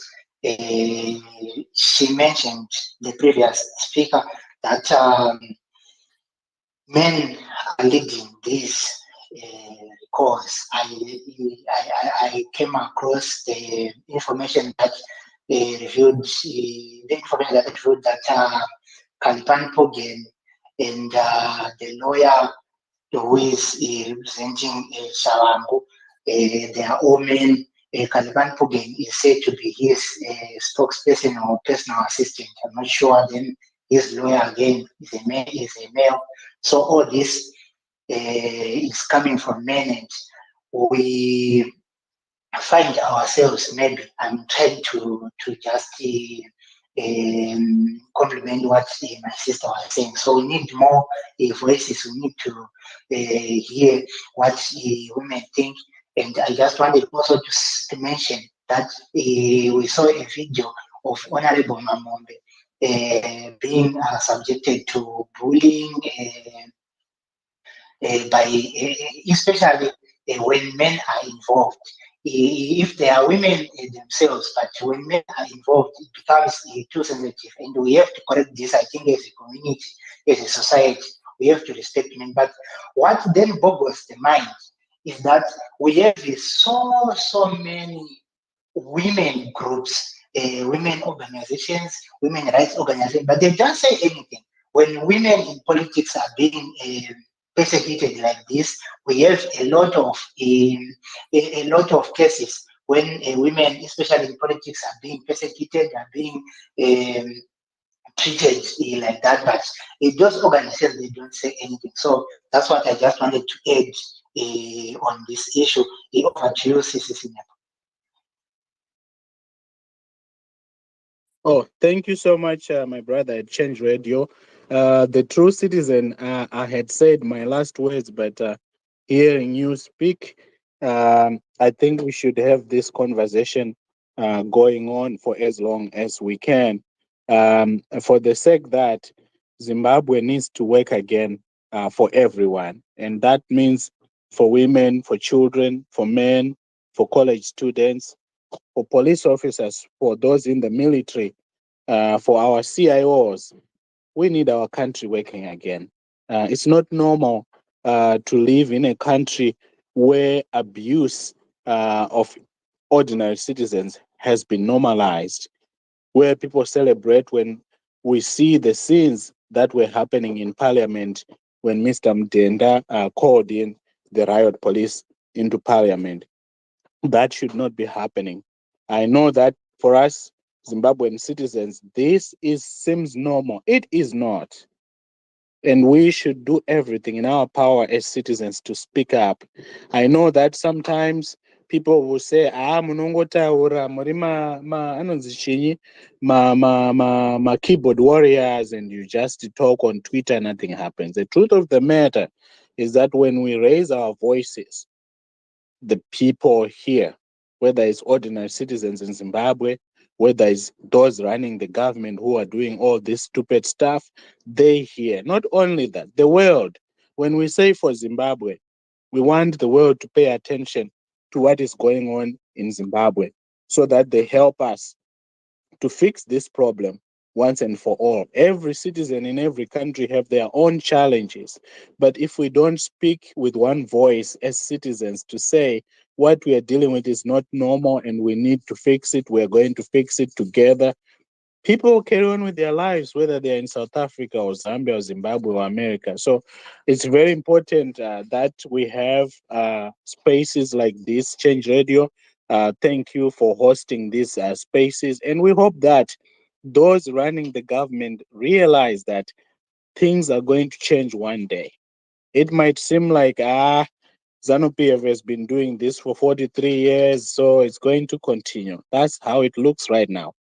But 9 days to go before citizens take it to the next level. I don't know what the citizens of Zimbabwe will do when that 14-day window is over. What I know is that we're speaking with one clear voice, asking for very basic things. Number one, we want a fair, free election where every Zimbabwean citizen can freely choose their leaders, whether those leaders happen to be ZANU PF, whether they happen to be Triple C, whether they are independents like Passenger 34. If the majority of Zimbabwean citizens freely choose those leaders, we will run our country much better. And the reason why is because all of us want the government of the day to be successful. That is what we should want, even if we don't agree with who is in charge of the government at any particular point in time. We want them to be successful because when they succeed as a government, it benefits us, ordinary Zimbabwean citizens, because they are doing our work on our behalf. They are doing our work when it comes to fixing our economy, when it comes to making sure that our healthcare delivery system is working, our education system is working. That's what they're supposed to be doing every single day. They're supposed to be competing about, I can do this better. Unfortunately, what we have seen is that these guys are just, they're entitled. And that entitlement, unfortunately, mentality has seeped down to a lot of Zimbabwean citizens who today say, because ndini Dr. Ranga, I don't like Amaizu's kitchen, saka ndichavabvisa muparliament, or kana ndichavanyima mari yezvakati. How, just imagine how sadistic that is. But unfortunately, in Zimbabwe, that has been normalized. And we as citizens have given those running our government every opportunity to change the way they do business. Unfortunately, it seems like, absolute power corrupts. So now, instead of getting better and better in the last 43 years, they've gotten worse and worse and worse, where they don't even know what's normal, what's not. Some things that people laugh at or they celebrate on Twitter handles from government spokesperson stuff. I have seen people like the permanent secretary for information, something, that deputy something, Charamba, mocking people at funerals, Zimbabwean citizens at funerals. That's not normal. But that has been normalized because these guys have been running the show for so long. What I want to assure all of us here is that Zimbabwean citizens are realizing that you cannot outsource the problems of governance that we are facing as a country. Each of us has to play their role. Dr. Ranga is a person, I am not perfect. There are some things I do very well as an individual. There are some things I mess up. My wife will tell you that. What we need to do as a people is to demand accountability, transparency, making sure that those in government make our nation, our country work better. That's all we ask. You don't get there so that you start looting like what we have seen. You get there so that you make the lives of all of us better. So, Mr. Mdenda, I am sure his proxies are going to get this message. We as Zimbabwean citizens are saying to you, the things you need to do are very simple. You made a mistake. You should never, ever accept letters from anybody from the streets and say, because Dr. Ranga has written me this beautiful letter saying, Tawita recall people like Wanafa Mahere, our former spokesperson for Triple C, I'm taking this on. That's abnormal. But unfortunately, our leaders in Zimbabwe government have gotten so lazy and they take us for granted. Right now, if you ask me, those members of parliament who are disengaged in terms of being in parliament, guess what? Right now, people like Fadzai Mahera are going to universities across Zimbabwe, whether it's University of Zimbabwe, Kuchinoi University, finding out what's going on in the life of college students in Zimbabwe, because Fadzai Mahera is in one of the committees. If she's not the chairperson, in higher education. That's what we should be focusing on, to say these are the problems that students are facing across the country. This is common. Every student says, if there was a way we could get government grants or loans so that we can afford to pay for college fees, let's find a solution to that. That's common, whichever university you go to in Zimbabwe. Number two, those at the University of Zimbabwe are saying the buses zamunoti tikwire vaya medical students anogara ku Mount Pleasant but chikoro chiri kuparira Nyatwa haana kukwana. What can be done long term to fix those kind of problems for Zimbabwe college students, for instance? This is the work that our parliamentarians must be doing. However, we have normalized the situation where people feel entitled. Umwe anotengesa mombe dzese, obika doro, oita sei, so that once ndapinda parliament, now I can abuse everyone else. Now ndapinda council, I will abuse everybody else. Now ndava president, ndaawisa madzimai kuti vabatewo chikwama chenyika, ndoisa mwana kuti ange achibata iye kids dzekuamari dzekuarmy, and a lot of other atrocious things that should never be acceptable, not even in Zimbabwe. Okay, these are things now they have normalized that we should not normalize. Unfortunately for you and me, some people call it suffer continua because it's getting worse. It's getting worse. You don't say vanhu rejecta people like Mtuli, Country Park. My citizens are iwewe Mtuli, we don't want you anymore. We don't want you to be a member of parliament. You have failed as a finance minister. Right now, atitomborina kana a functional currency. You don't then say, you know, my ministers anoiswa kane they appointing power in any ndinongoita zvandinoda. So don't question me. Kana mune vanhu vakaita sana Coventry, Kest Coventry, vokuti hatisitomboona kana stadium iri certified neFIFA kuti vana vatambe bhora, nyika tione bhora and so forth, and you say wabvunzwa kuti inini ndinoita zvandinoda, you don't question me. That is absolutely wrong. Mnangagwa is not a king. He even when they were deposing Mugabe in 2017, ED ndiye akanyora tsamba Achiti Zimbabwe is not your personal property. He was saying that to Mugabe and Grace, if you recall. And he is the same one, paanga ari kuitwa pa inauguration, the voice of the people is the voice of God. What has happened to that? Anyway, Isusu, my brother, change radio, we can talk until the cows come home. The point being the same. Mr. Mudenda needs to reinstate my triple C MPs avakabisa. We expect him to do to ZANU PF what he did to triple C, although it's very wrong. I think the better approach is to make sure that Parliament is doing the work it was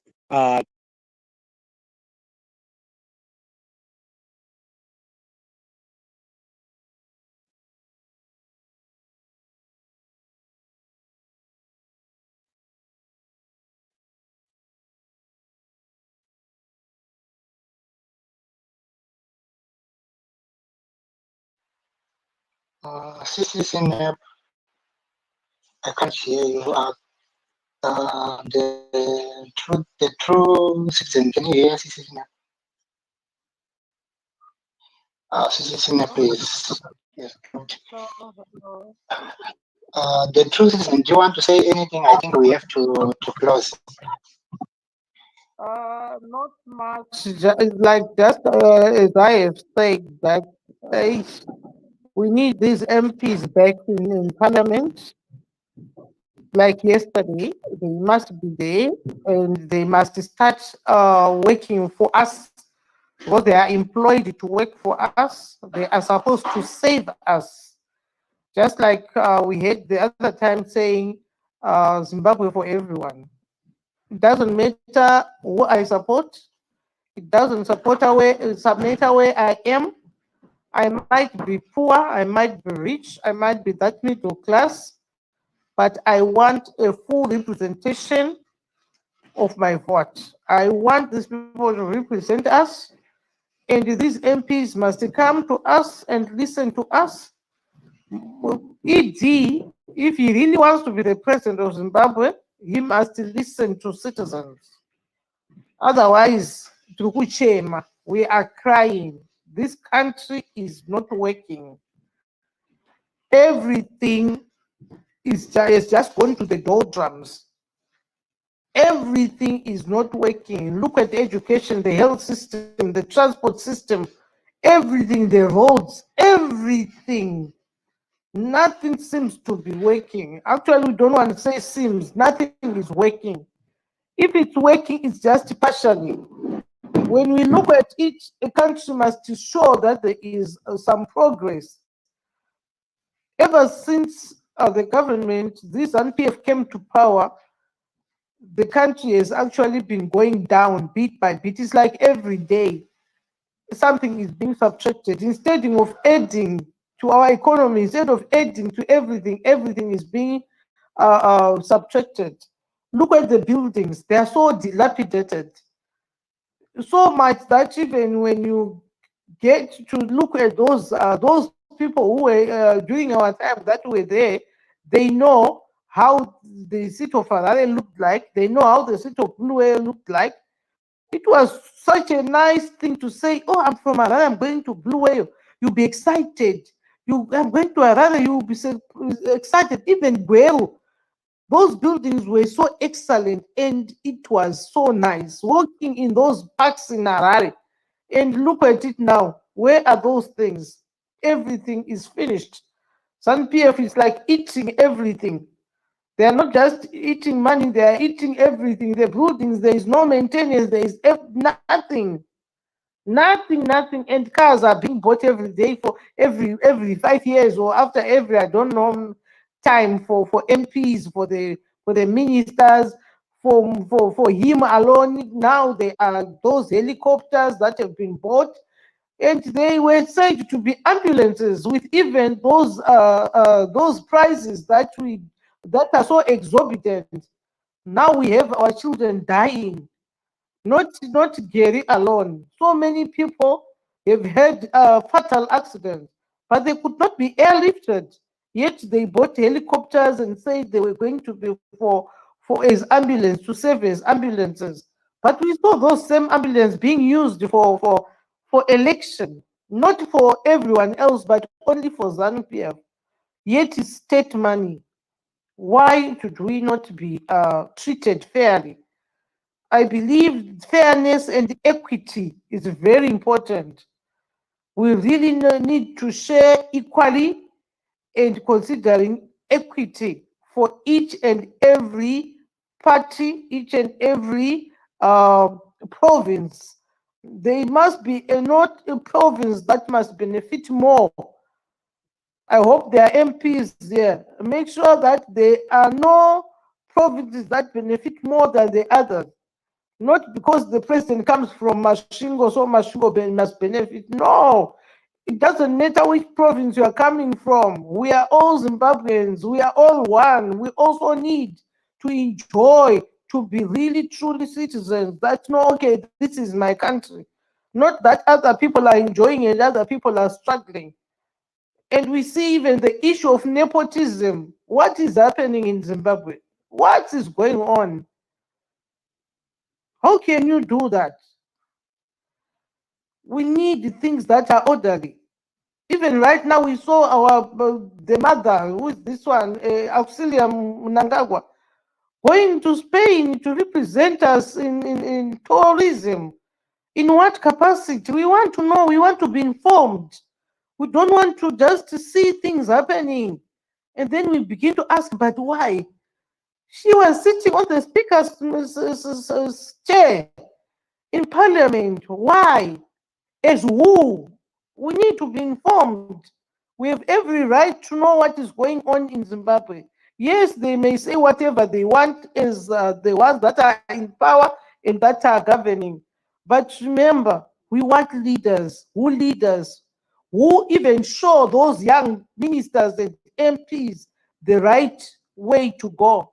Because whenever they are not doing things right, it means even those youngsters that are coming into parliament, those ministers, those young ministers, will also emulate the same things that these old Madalas are doing, thinking that those are the right things to do. We cannot tolerate this anymore. You can't even sleep. We are really stressed emotionally. We are stressed in every way. And I know I'm not the only one. If we were to ask each and everyone, if it was possible to say everyone, unmute your mic right now and talk, really maybe I'm even saying it in a lighter way. It's not fair. It's not fair, really. Just imagine those old ladies that were sitting in the standing in the queue. Some even slept and said, "We are not going to go before I cast my vote." Now there they are. They ended up not casting their vote, or they casted their vote. But what happened? The election was not free and fair. Some people were frog marched. Some people had to sleep. Some people couldn't even vote. They couldn't find their names in the voters' roll. But you see that even those that are in power have the audacity to say the election was free and fair. That's not it. Let's work and make sure that we live by the truth. Rather than to live a lie. We don't want to live a lie, because if this country is being ruled through a lie, everything also will just go rotten. Everything will not work because it is being led by lies. It is only the truth that will set us free. It's better that these things are yours rather than taking what is not yours. Because at the end of the day, zvinokuzvimbira zvigoputika kana wakazvimbirwa end up wakuita mudumbu kana kuti wakuita vomit. So let's not do that, please. All those that are responsible, respect us. Yes, we might be nobodies, but we really need to, you must respect our votes. You must respect the time that people stood in queues to cast their votes.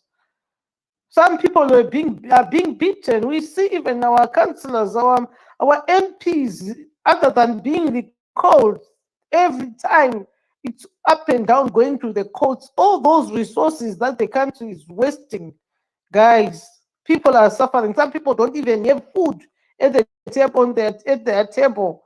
They sleep even on one meal. That is if they get it. Rather than using all those monies and using fuel to go and abduct a member of parliament, a councillor, all that fuel, if it could be just be saved for other people that are suffering, buy them food. There are people in charitable organizations that do not have even clothes to wear. There are people in the location, in the rural areas, that don't even have maize seeds to put in. We see the rains have just started now. They don't even have seeds to plant or to grow for their next season or for the food and everything. But we have got money to say, recall, they must have a by-election. Then you've got also money to say, this one, it is all lies. This one did this. This ZANU PF will say I was beaten by this CC. There is a lot of lies, and then at the end it's no, they couldn't find evidence. But we've already wasted the resources that we were supposed to use for something else that is of importance. We really need to be respected. That's my point tonight. My submission is said we need the respect that we deserve. We deserve the respect. We deserve to be treated fairly. We deserve, and we also want to see our children that have been incarcerated, that are in prison, taken out of those prisons. Like I said, we are women. We carry those children in our bodies. Kuzvara kwomumwe kuzvara kwangu. Kurwadziwa kwomwana womumwe kurwadziwa kwangu. Nokuti kunyange dai ndikafamba apa mwana iyeye ndinomutuma anoziva kuti mai vangu anonditakura. Handimbofa, hambondisiya ndiri murodhi. Moti mama, maita sei? Because mwana womumwe but mwana wangu. So kana mwana iyeye ari kuitwa being incarcerated in prison, how do we feel as mothers? If you are a mother that has given birth, a mother that has got children, then you must feel pity for Sikala. Now we hear he's sick, but they still keep him in. What do they want out of Sikala? Why are they incarcerating him for so long without a trial? He has been in pre-trial, and to make matters worse, he's not a murderer, but he's in Chikurubi. He is there. You even see him in leg irons. Did he kill someone? Why? If your heart does not hate because of what is happening, it means you are wicked. Really, those that are in power, may you release those people. Ngari Vume has also joined and has been given 4 years just for speaking out, for calling out for a demonstration. Aye, man. That's bad. That's really bad. Whatever is happening, it's heartbreaking.